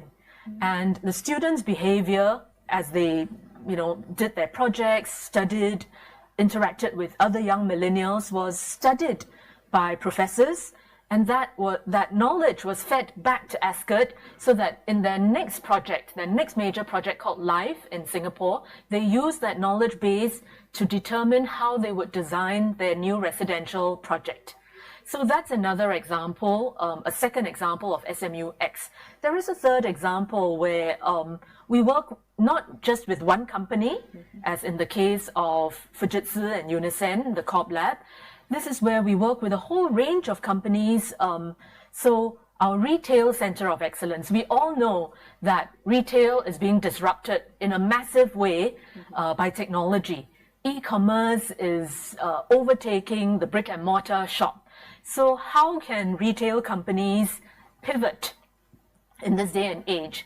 And so we set up a retail center of excellence, again with government support. Our Economic Development Board, Enterprise Singapore, put in resources. But it wasn't just government. A lot of companies from DFS, Duty Free Singapore, to Harvey Norman, to Tiffany, the jewelry shop, to Decathlon, that sells, sports goods and so forth. So they all put in resources and allowed us to do case studies and research about how companies that are successful have pivoted to the digital platform, but also how does that then impact the small and medium-sized enterprises in retail. So from the material, we use that material for training. So we run an Asian Retail Leaders Program that reaches out to the Asian region.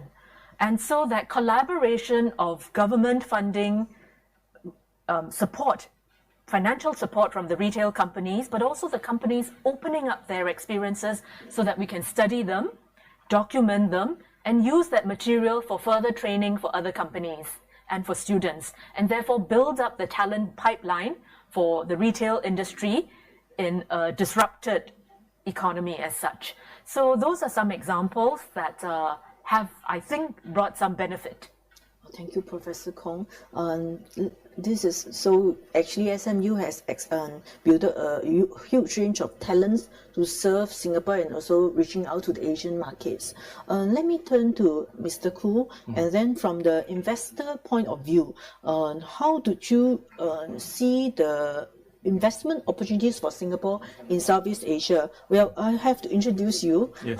Yes. Kopi Partner is a Pan-Asia venture capital firm founded in 2002 and with the mission of helping entrepreneurs in emerging and underserved market solve big problems. So I think Southeast Asia, we are emerging and underserved market. And you started the Southeast Asia arm for Kopi in 2010. So what is your assessment of the Southeast Asia market now? Do you think we will see the next BAT, China BAT in Southeast Asia in the near future? Yeah, sure. I think so. First of all, maybe let me start with the opportunity in Southeast Asia. So if you look at Southeast Asia, the population is half of China, but the GDP is about 1/5. So I think the potential for catch-up is actually tremendous. I think there's a lot of misconception that Southeast Asia is a very fragmented market, but if you actually look closer, 4 countries actually made up more than 80% of the population, right? So these 4 countries, I call it the IPTV countries. They are Indonesia, Philippines, Thailand, and Vietnam. And each of these countries, they have enough scale. So if you look at it from a China perspective, each of these countries is at least 1 province in size. For Indonesia, is maybe 3 Chinese provinces. So there's actually enough scale, and scale is important for, I think, developing startups that can scale. So I think that's the opportunity in Southeast Asia. And if you look at the sort of sectors involved, so the Chinese have a very good saying. They say 衣食住行, right? So these are the 4 big sectors in Southeast Asia. And because these countries, they all have $3,000 GDP per capita, that's when these countries' consumption take off. So any sectors involved in 衣食住行, so e-commerce, there's one. 住 will be property tech, 行 travel and transportation. 食 will be food tech, agri-tech. I think those are big opportunities. So in terms of whether BAT will actually appear in Southeast Asia, I think it's yet to be seen, but definitely we have seen some big e-commerce unicorn that's appeared in Southeast Asia. Thank you. And I would like to focus to our team for this panel is Singapore. So how do you think Singapore can reap the benefits of the opportunities in Southeast Asia? How are we well positioned to be a hub? Yes. So I think traditionally, if you look at Singapore, the advantage is Singapore doesn't have a domestic economy, right? So the business model for Singapore when we first went independent was actually just to become a hub. So if you think about going back to the 60s, 70s, and 80s, Singapore's strategy has been to attract a lot of foreign investors. So I think during that period, the biggest investors are coming from, let's say, the West, right? So you'll see a lot of European companies, American companies using Singapore as a hub, as a regional hub to actually go out to the region. I think in the last 5 years, what has changed is the appearance of this, I'll say, new economy in Southeast Asia. So it will be a good example is if you think about all the Southeast Asian unicorns, right? So in Southeast Asia, there's probably over 10 unicorns, but those that actually has a Southeast Asian presence, they are all hub in Singapore, right? Whether they started in Singapore or not, ultimately they actually based out of Singapore, right? So examples you see in our market will be like Grab. Grab origin is from Malaysia, but they're headquartered in Singapore. Lazada is started by a German internet company, but it's actually based out of Singapore, right? And obviously we have Shopee. Right, so I think that is what has changed. Singapore has become a hub for these new ASEAN economy companies. I think the next trend that we're seeing, just the starting of it, is actually Chinese companies using Singapore as a global hub. I think we're aware of the current macro situation. So a while ago, I think Alibaba has used Singapore as a global HQ, but you're seeing companies like TikTok, Tencent, they have come to Singapore as well. So we're definitely well positioned. So we want to be a hub for Southeast Asia and want to attract China investment. And then, in China, the hip word now is the hip word is the 双循环, is the dual circulation. So it's a 国内大循环 and 国际循环, 双循环新格局. So how would this 中国的 China's 内循环 and 双循环 inner circulation and international circulation how will it affect, in your view, China development, and how will it affect Singapore?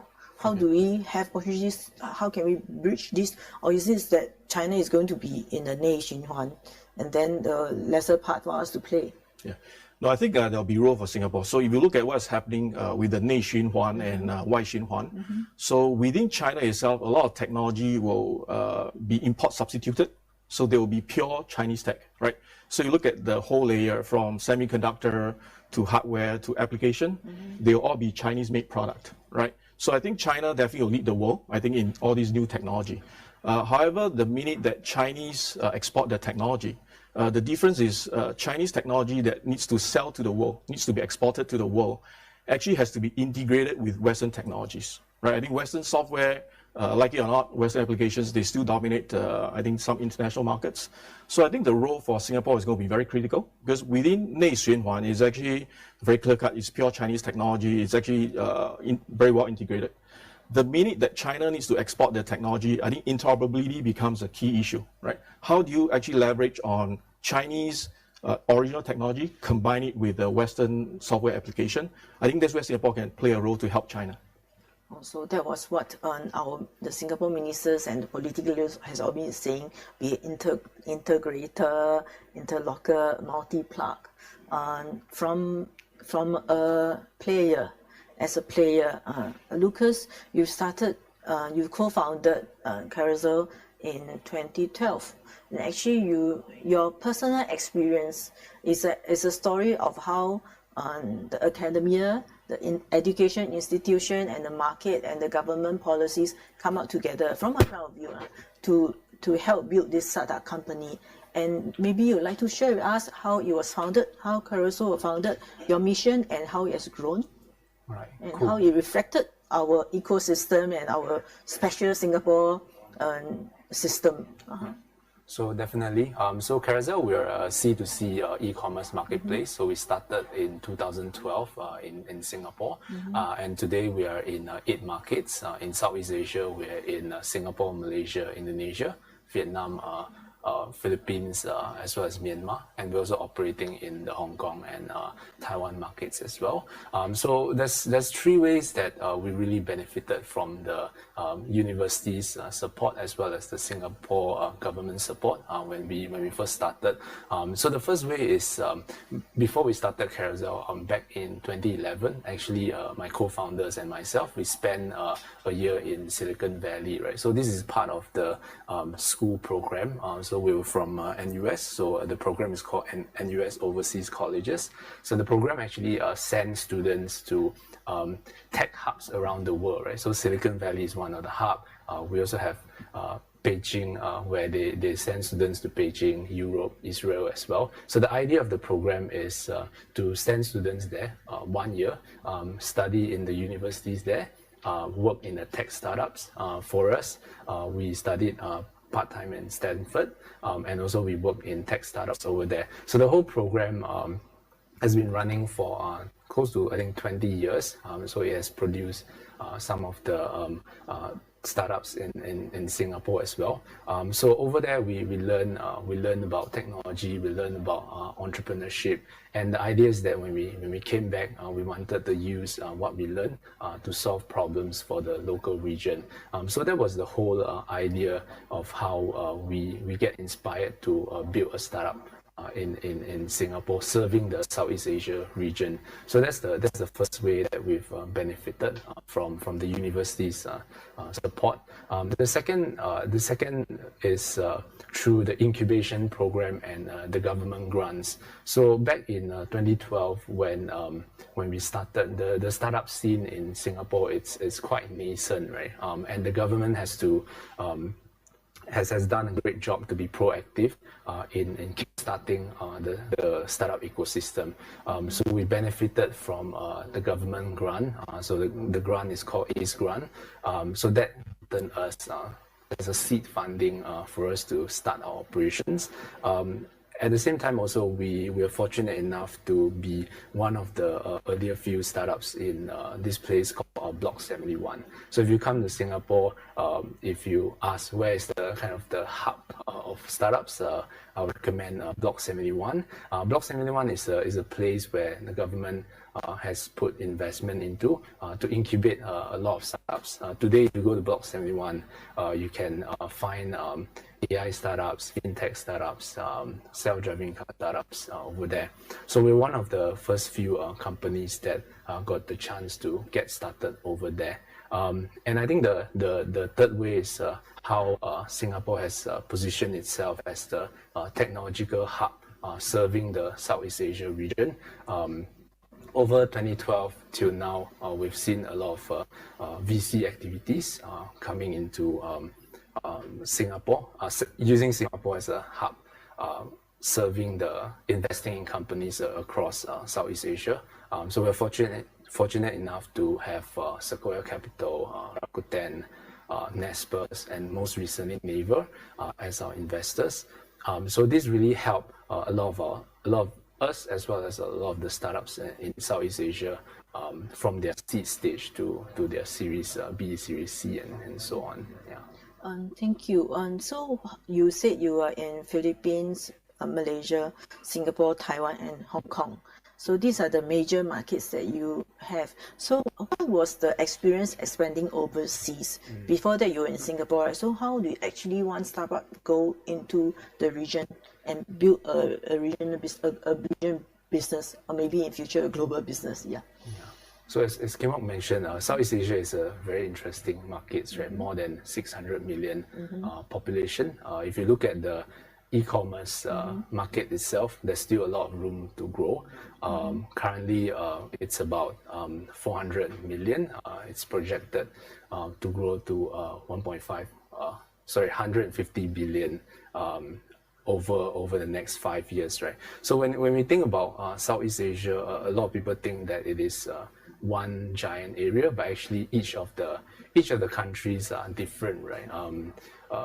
although it's one area, but there's different cultures, different languages, different infrastructure, even within the banked and unbanked population, it's a different kind of mix, right, between different countries. So for us, when we first started, it's very important for us to localize when we enter a new market. The first market that we enter is Malaysia, so we have to localize the languages to the culture norms before we enter into Malaysia. So today, each of the countries we're in, we actually have dedicated local teams serving the market itself. Product-wise as well, we do have to localize it. There's different payment system, different logistics systems that we have to deal with when we enter different markets. Actually, what is the kind of ratio or the weightage of the different markets to your whole asset, and also how important is it for a Singapore company to go to Southeast Asia? Yeah, so we knew from day one we have to go launch outside of Singapore, because Singapore it's a 5 million population, but at the same time it acts as a strategic location and as a hub to serve the Southeast Asian market. So I think definitely if you see almost a lot of the companies in that started in Singapore, they do actually expand outside of Singapore within the first few years of their operation. So you have a lot, just now you have a lot of good things to say about the Singapore government, and your comments about the Singapore ecosystem, or what are the areas you think that can be done better, rooms for improvement? I think I think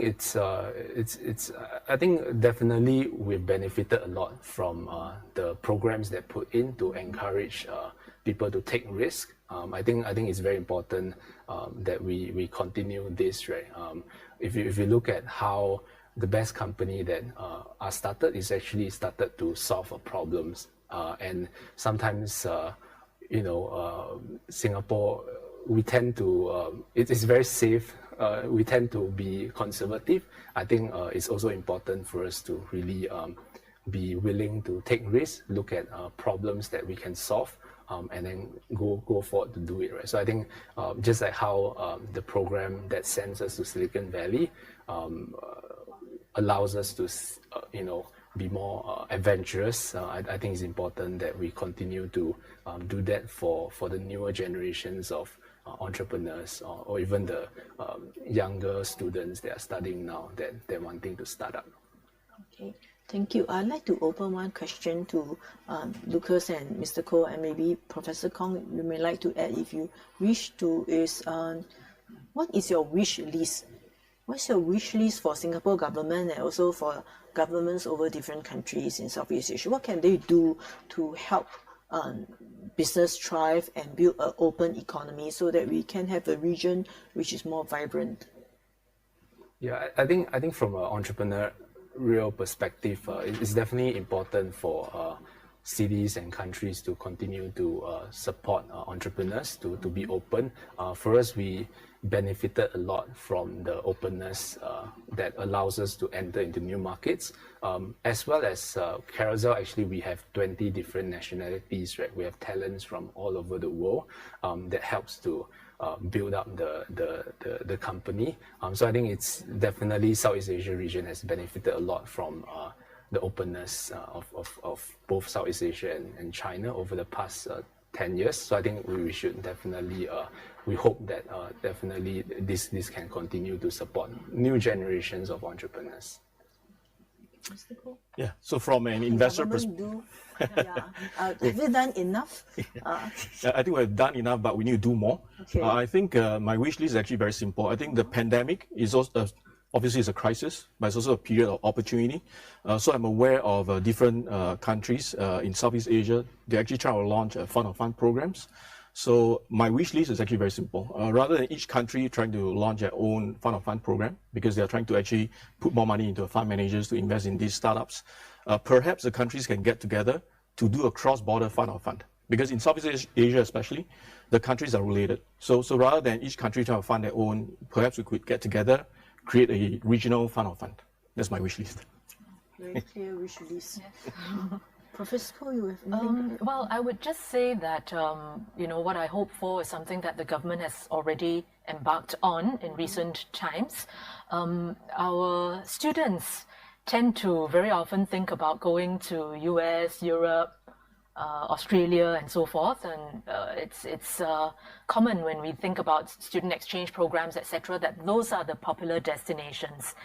I think there is a great deal of upside in our backyard in Southeast Asia. And how do we get our students to, get to know Southeast Asia, to be venturing out to Southeast Asia? And indeed, I think the government has spoken about this in recent times and is encouraging and supporting the universities in getting students to know Southeast Asia, China, India, the region much better. So often we have heard about this century being the Asian century, and despite COVID and a little bit of, knockback, etc., I think Asia still holds a lot of promise. And to the extent that we can increasingly promote to our students the importance of Asia and understanding Asia in all its complexities in culture, regulations, and so forth, the better it is for us all.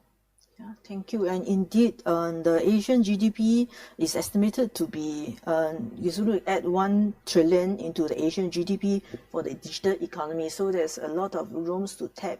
And for Singapore, we are positioned in Southeast Asia. We have a backyard in Southeast Asia. And now Mr. Koo has enlightened us. We can also tap on China, Shuang Xunhuan, and Southeast Asia. And we have academic, and we have players doing this all hand in hand, working together. I think for that, we will wrap up this panel, and I will pass the mic to our Chengdu counterpart.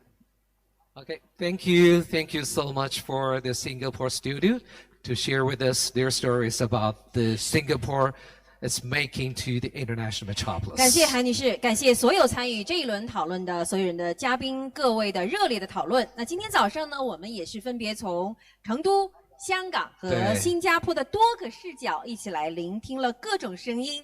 现在啊，我们要把镜头再次转到新加坡直播室以及香港南华早报的直播室现场。So come up next, we may have our Q&A section. For this section, we would like to invite William in Hong Kong to be the MC to answer questions to the rest of the other venues. 大家也看到了，我们成都现场的3位嘉宾呢，也坐上了我们的这个讨论席。那么我们本轮呢，将进行所有3地的嘉宾的跨区域的问答环节。那么这一轮呢，将有请南华早报中国版的资深特派员郑伟来为我们主持。So, William, your turn now. Thank you.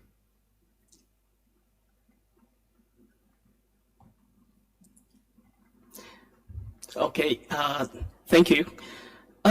To all the guests, I have the first question I want to look at is given the ripple effect of coronavirus pandemic that is raging still across the globe, and that definitely gave rise of regionalism.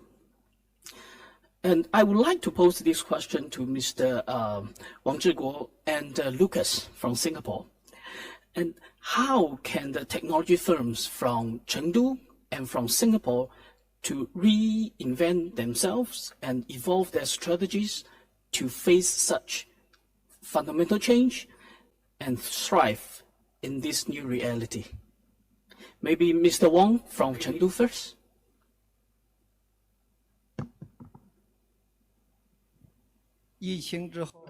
Well, in the post-pandemic era, China is aiming for better quality and more efficient economy development trend, which relies on the advancement of science and technology as well as innovation. We only can do that through using new technology to facilitate our enterprises. Also, we need to use the modern management tools to vibrate our enterprises so that they can have a better advantage in the international competition. That's all.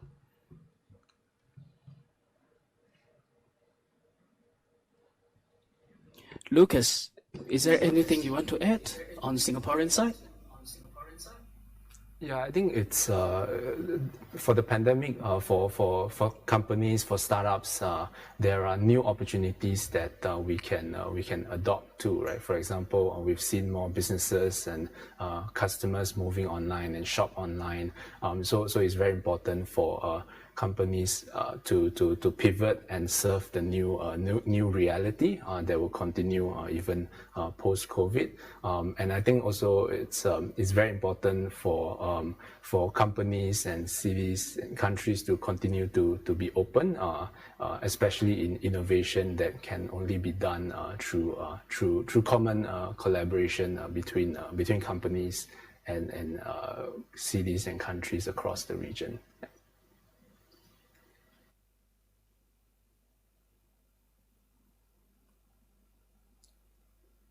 Right. The follow-up question is looking at what has been happening now. 3 cities have already started working together on technology and innovation front. The strategic partnership between Hong Kong Federation of Design Associations and Tianfu New Area on the international commerce and innovation. And as for Singapore, the Singapore Sichuan High-Tech Innovation Park are the 2 key examples that has been cited on various medias. My question to Mr. Gabriel Wong from PwC China is, from these projects, what are the new opportunities have arisen? And to look further, how might the relationship between the 3 cities be evolved to further the interregional collaboration? All right, thank you. I think obviously there are a lot of opportunities. I think first of all, to look at what where the opportunity lies, we may want to see what are the complementary areas between among these 3 cities. So I think there are several. Obviously, Hong Kong, Singapore are the gateways to the intellectual world and all that. So they would have a lot of insight and smell about how the world, how the global is developing. So I think this is one good gateway to channel those intellectual or the most advanced global news to Chengdu. And at the same time, but then these 2 areas, these 2 territories, in terms of population itself is small. So which means the market is small and the related industry is relatively narrow. Whereas, Chengdu, particularly, the Sichuan area, whereby we have like 82 million people, and that, no mention about the 5 pillar industry, the opto industry, the aviation industry, the worldway equipment industry, the biodrugs industry, the IT industry, and that we are developing the new industry like the AI, the big data, like the blockchain, the fintech, and all that. This is going to drive the economy of this 82 million market. And this offers, I think, a very big opportunity for players like in Hong Kong, players like in Singapore, to participate in a market whereby offers so many different topics for them to innovate. Because obviously, I think in most circumstances, when we want to innovate, we may need to have some areas to start with. So I think this is one. And the second is that I think there are 3 industries I can think of that will be a lot of not only the innovation, but then a lot of areas that we can work together, because we can see the similarities and the complementary areas. One is the port. Obviously Hong Kong and Singapore are the big global port cities, and which offers a lot of logistic experience. And that if you really look at Chengdu, when we have the second airport, Tianfu Airport is going to compete in 2020. Then we are the 3rd cities in China have 2 intellectual markets, intellectual airport, if you like. And then obviously the Yong'ou, Gaosu actually is one transportation area that offers a big connections between Western China to Belt and Road countries, along all the way through Euro-Asia to Europe. So this involves a lot of logistics experience and logistics industry, whereby I think Singapore and Hong Kong can offer. The second industry, obviously, is the capital industry, the capital market. Singapore and Hong Kong offer a lot of not only funding, but also the channel to global capital market players, which is very essential to fund and fuel development of a lot of entrepreneurs in this space. So I think this is the second area that a lot of cooperation that I can foresee. The third, actually, Chairman Wong this morning, Wang Zuxi, talk about it, is cultural. 文化产业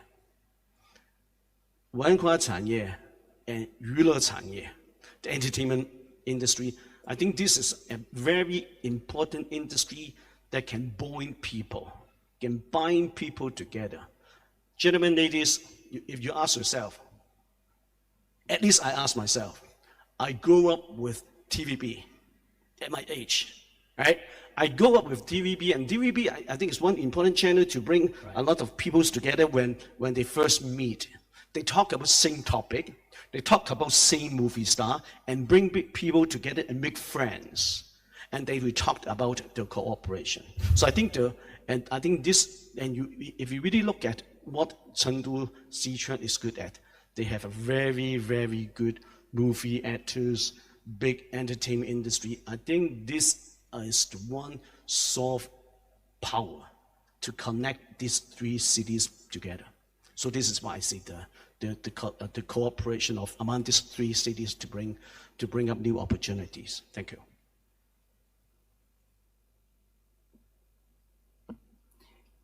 Can I bring the question to Keimo from Gobi? As a capital player, what are the new opportunities and what are the better ways that you see the three cities will be able to develop better interregional collaboration? Yeah, I think over the last decade, I think the opportunities have been on the consumer side because it's driven by a lot of these mobile apps and services. So I think thanks to smartphones being manufactured from China, suddenly a lot of emerging market consumers were able to actually have access to the mobile internet. So they became an addressable market. So I think that was an opportunity for the last 10 years.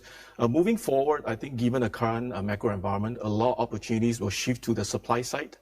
So definitely the big things that's driving all these supply side innovation, obviously we have 5G, we have AI and IoT. So on top of these building blocks, basically the next wave of investment will be in robotics, right? So anything to do with even autonomous vehicles, those are considered robotics.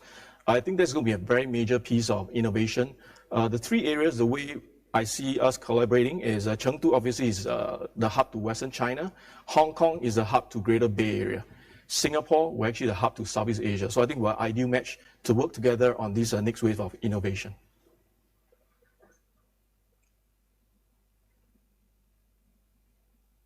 Thank you very much for the insightful comments. So now I pass the floor back to Chengdu colleagues.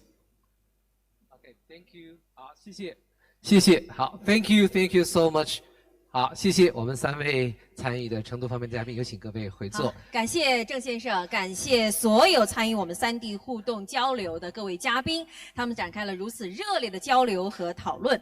那下面现在呢，就让我们再次把镜头转到香港南华早报直播室的现场。So coming up next, we may have one more opportunity before we go to this conference to the studio in Hong Kong at CMP. 南华早报中国互联网报告研究第一作者刘博伟先生将为我们带来关于新经济深刻洞察。So coming up next, Mr. Joy Liu, head author of South China Morning Post China Internet Report, will share with us some insights on new economy. Now, 有请刘先生。 Mr. Liu, your turn now.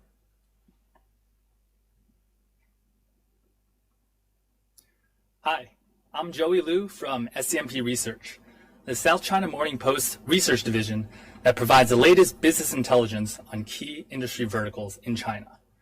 Today, I'll be sharing several insights from our latest China Internet 2020 report, specifically China's innovations along artificial intelligence, 5G, and autonomous vehicles.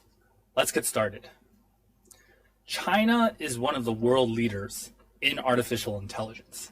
By the end of this year, China's AI market is estimated to be over 14 billion US dollars, meaning that China AI will already contribute to 15% of the global AI market. But China is just getting started. Over this next decade, by 2030, China aims to become the world leader in artificial intelligence, with the goal of making the industry worth 140 billion US dollars, or the equivalent of 1 trillion yuan. And so, how is artificial intelligence being applied across different industries in China? Well, AI applications have already been deployed along a myriad of industry verticals in China. Currently, the 4 largest industry sectors that contribute to artificial intelligence in China are security, financial services, transport and logistics, and retail and warehousing. If you look at the transport and logistics industry, this is one that is largely driven by economics, fuel cost, time to delivery, supply chain reliability, and so forth. And all of these things are items that can be truly enhanced and optimized by artificial intelligence. And so we are already seeing major use cases in things like traffic management, freight optimization, and of course, autonomous vehicles. As one example, we have one leading Chinese startup called Neolix. They are already the first company globally to kick off mass production of its self-driving delivery vehicles. And they have already collaborated with some of the leading Chinese technology companies such as JD.com and Huawei. Now, if you look at retail and warehousing, this is another industry vertical that is seeing truly transformative changes because of artificial intelligence, specifically with major developments into things like automated checkouts and, of course, robotics. As another leading example, you have Geek Plus, which is another Chinese startup that specializes in warehouse fulfillment robots. These robots have the ability to essentially increase a warehouse's efficiency by more than 3 times. And this is because traditional warehouse workers will spend anywhere from 60 to 70% of their time walking from point A to point B in a warehouse to find and sort an item. And so Geek Plus has already deployed thousands of its robots to leading Chinese companies such as Alibaba, as well as to global players. Now, these are just some of the examples. Artificial intelligence is really broad, is really impacting many, many different industries in China, including education, healthcare, manufacturing, and so forth. And as one final example, we can talk about education. There's one leading education technology company called Squirrel AI. What they do is specialize in intelligent adaptive learning.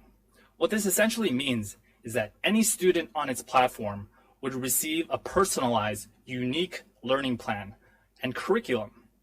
With Squirrel AI's AI algorithms and deep learning technologies, a student's weaknesses and strengths can be quickly identified.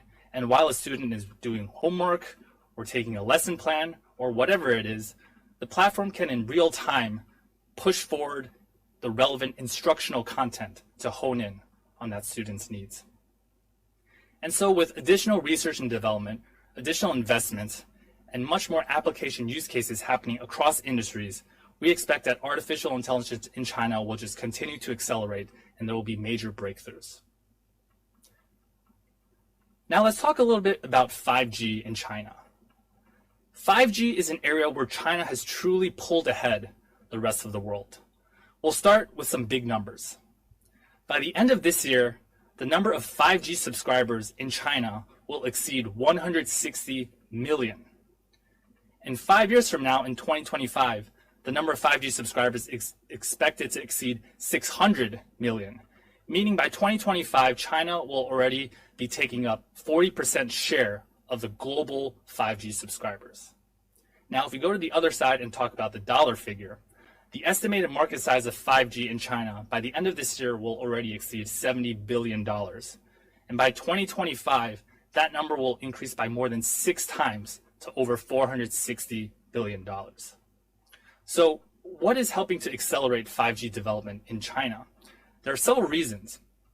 Firstly, this year we're seeing a massive infrastructure push. By the end of this year, China will already install over 500,000 additional 5G base stations across the country, meaning that China will achieve essentially full 5G network coverage across all of its major cities. And of course, we have already seen many new 5G smartphones being pushed into the market. And of course, China, its consumers and its businesses are incredibly receptive to 5G. So then again, what does 5G mean for the consumers, for the industries within China? Many applications are already in play, and we expect many more will be widely adopted. There will be a transformative impact across industries, including tourism, agriculture, and manufacturing.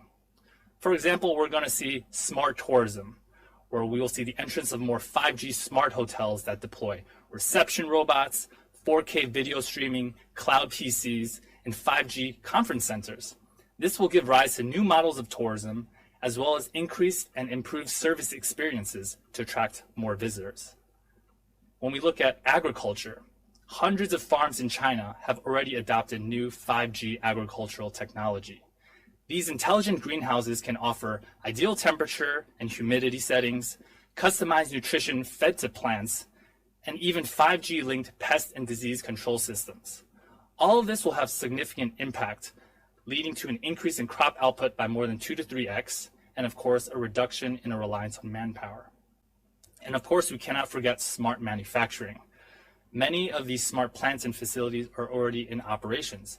Haier, as one example, has a facility that features unmanned forklifts, computer vision inspections for raw materials in every checkpoint, and production safety monitoring. And so for smart manufacturing, what 5G will do is further transform the entire industry from remote control to semi-automatic to fully autonomous operations.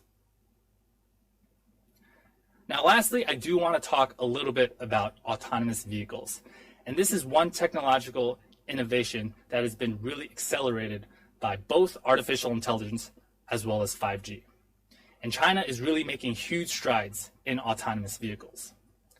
One of the key metrics that autonomous vehicle companies look at to essentially assess their performance is something called miles per disengagement. What that essentially means is how far, on average, can a self-driving vehicle travel without human intervention. And then so earlier in 2018, some of these Chinese autonomous vehicle companies like Baidu Apollo, as well as AutoX, were only able to travel around 200 miles before intervention was needed.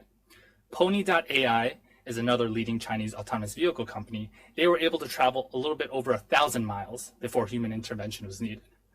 But still, these companies lagged significantly behind the leader at that point, which was Waymo, Google's self-driving arm, which could travel over 11,000 miles unassisted. But now if we fast forward a little bit to 2019, when the most recent tests happened, the story has completely changed. Baidu Apollo is now at the top of the leaderboard. Baidu Apollo can travel over 18,000 miles in a short, without human intervention. And this is a massive increase from its earlier test of just 200 miles. And so if we look at the ranking, 4 of these top 10 companies are actually headquartered in China. They are Baidu, AutoX, Pony.ai, and Didi. And so with the rise of autonomous vehicles, this will potentially have implications to other areas, including the rise of robotaxis. China's robotaxi market is being pioneered by 5 leading autonomous vehicle players. They include Pony.ai, which is the first company to kick off robotaxi services, Baidu Apollo, WeRide, AutoX, and Didi. And several of these robotaxi companies have already launched trial services across major cities in China to the general public. In addition, you have a company like WeRide, which is already saying they have an autonomous driving fleet of over 100 vehicles just for robotaxis. And many of these companies have also announced by the end of this year, they will be launching scale operation of their robotaxi services. Of course, by most accounts, truly autonomous driving and autonomous vehicles are still several years away. But with this continued investment, with this continued R&D, we will no doubt see major developments happening in autonomous vehicles, in autonomous delivery, and of course in autonomous taxis, as well as many other areas. And so with that, I would like to conclude this short presentation on China's AI innovations, 5G innovations, and autonomous vehicle innovations. If you'd like to learn more, I highly encourage you to check out SCMP Research, where you can gain access to our full China Internet report, as well as to other valuable industry insights. Thank you very much. And with that, I pass it back to Chengdu. Thank you, Joy, for sharing with us the Internet report. 好，非常感谢刘先生给我们带来的有关新经济的深刻洞察。那么此时此刻呢，我们首届全球科技论坛上午场的活动啊，即将接近尾声了。如果您错过了部分内容呢，不用担心，之后可以回放观看本次论坛的视频。我们成都会场下午呢，还将举行精彩的新经济项目的路演，并且进行全球直播，欢迎大家参与下午的活动，或者继续通过我们的直播平台进行观看。So the inaugural Global Innovation Technology Forum has come to the end. If you missed some parts of the event, don't worry. You can also replay the video footage of this forum. And thank you so much again for your presence. 同时啊，您还可以前往每日经济新闻、优酷、今日头条、城市进化论、微信公众号等多个平台回放本次论坛的直播视频。So you can revisit the video footage at the National Business Daily, Youku, Toutiao, YouTube, SCMP channel, and other platforms to watch all the footage. 在这儿呢，我们也代表主办方，也期待您继续莅临下午场的会议议程。So many thanks again. On behalf of the organizer, we'll extend our appreciation for your presence, and we're looking forward to seeing you again this afternoon. 那么在今天下午呢，我们将会举行我们的主题对话，谈论到我们的产投融合双轮驱动之下的新经济的发展之路，而同时呢，还有我们的智能科技、无人驾驶、金属3D 打印和模仿仿真，以及5G。通信射频的芯片等一系列的路演。没错，有关新经济项目的展示。好，在这儿呢，我们也最后的提醒大家，请所有参与我们上午场的活动的嘉宾，在9号馆门口乘坐大巴车前往天头万亿酒店进行自助午餐。下午的会议呢，我们会在1点半准时签到，2点钟开始，请大家准时参会。好，谢谢各位的参与，我们下午再见。朋友们，再见。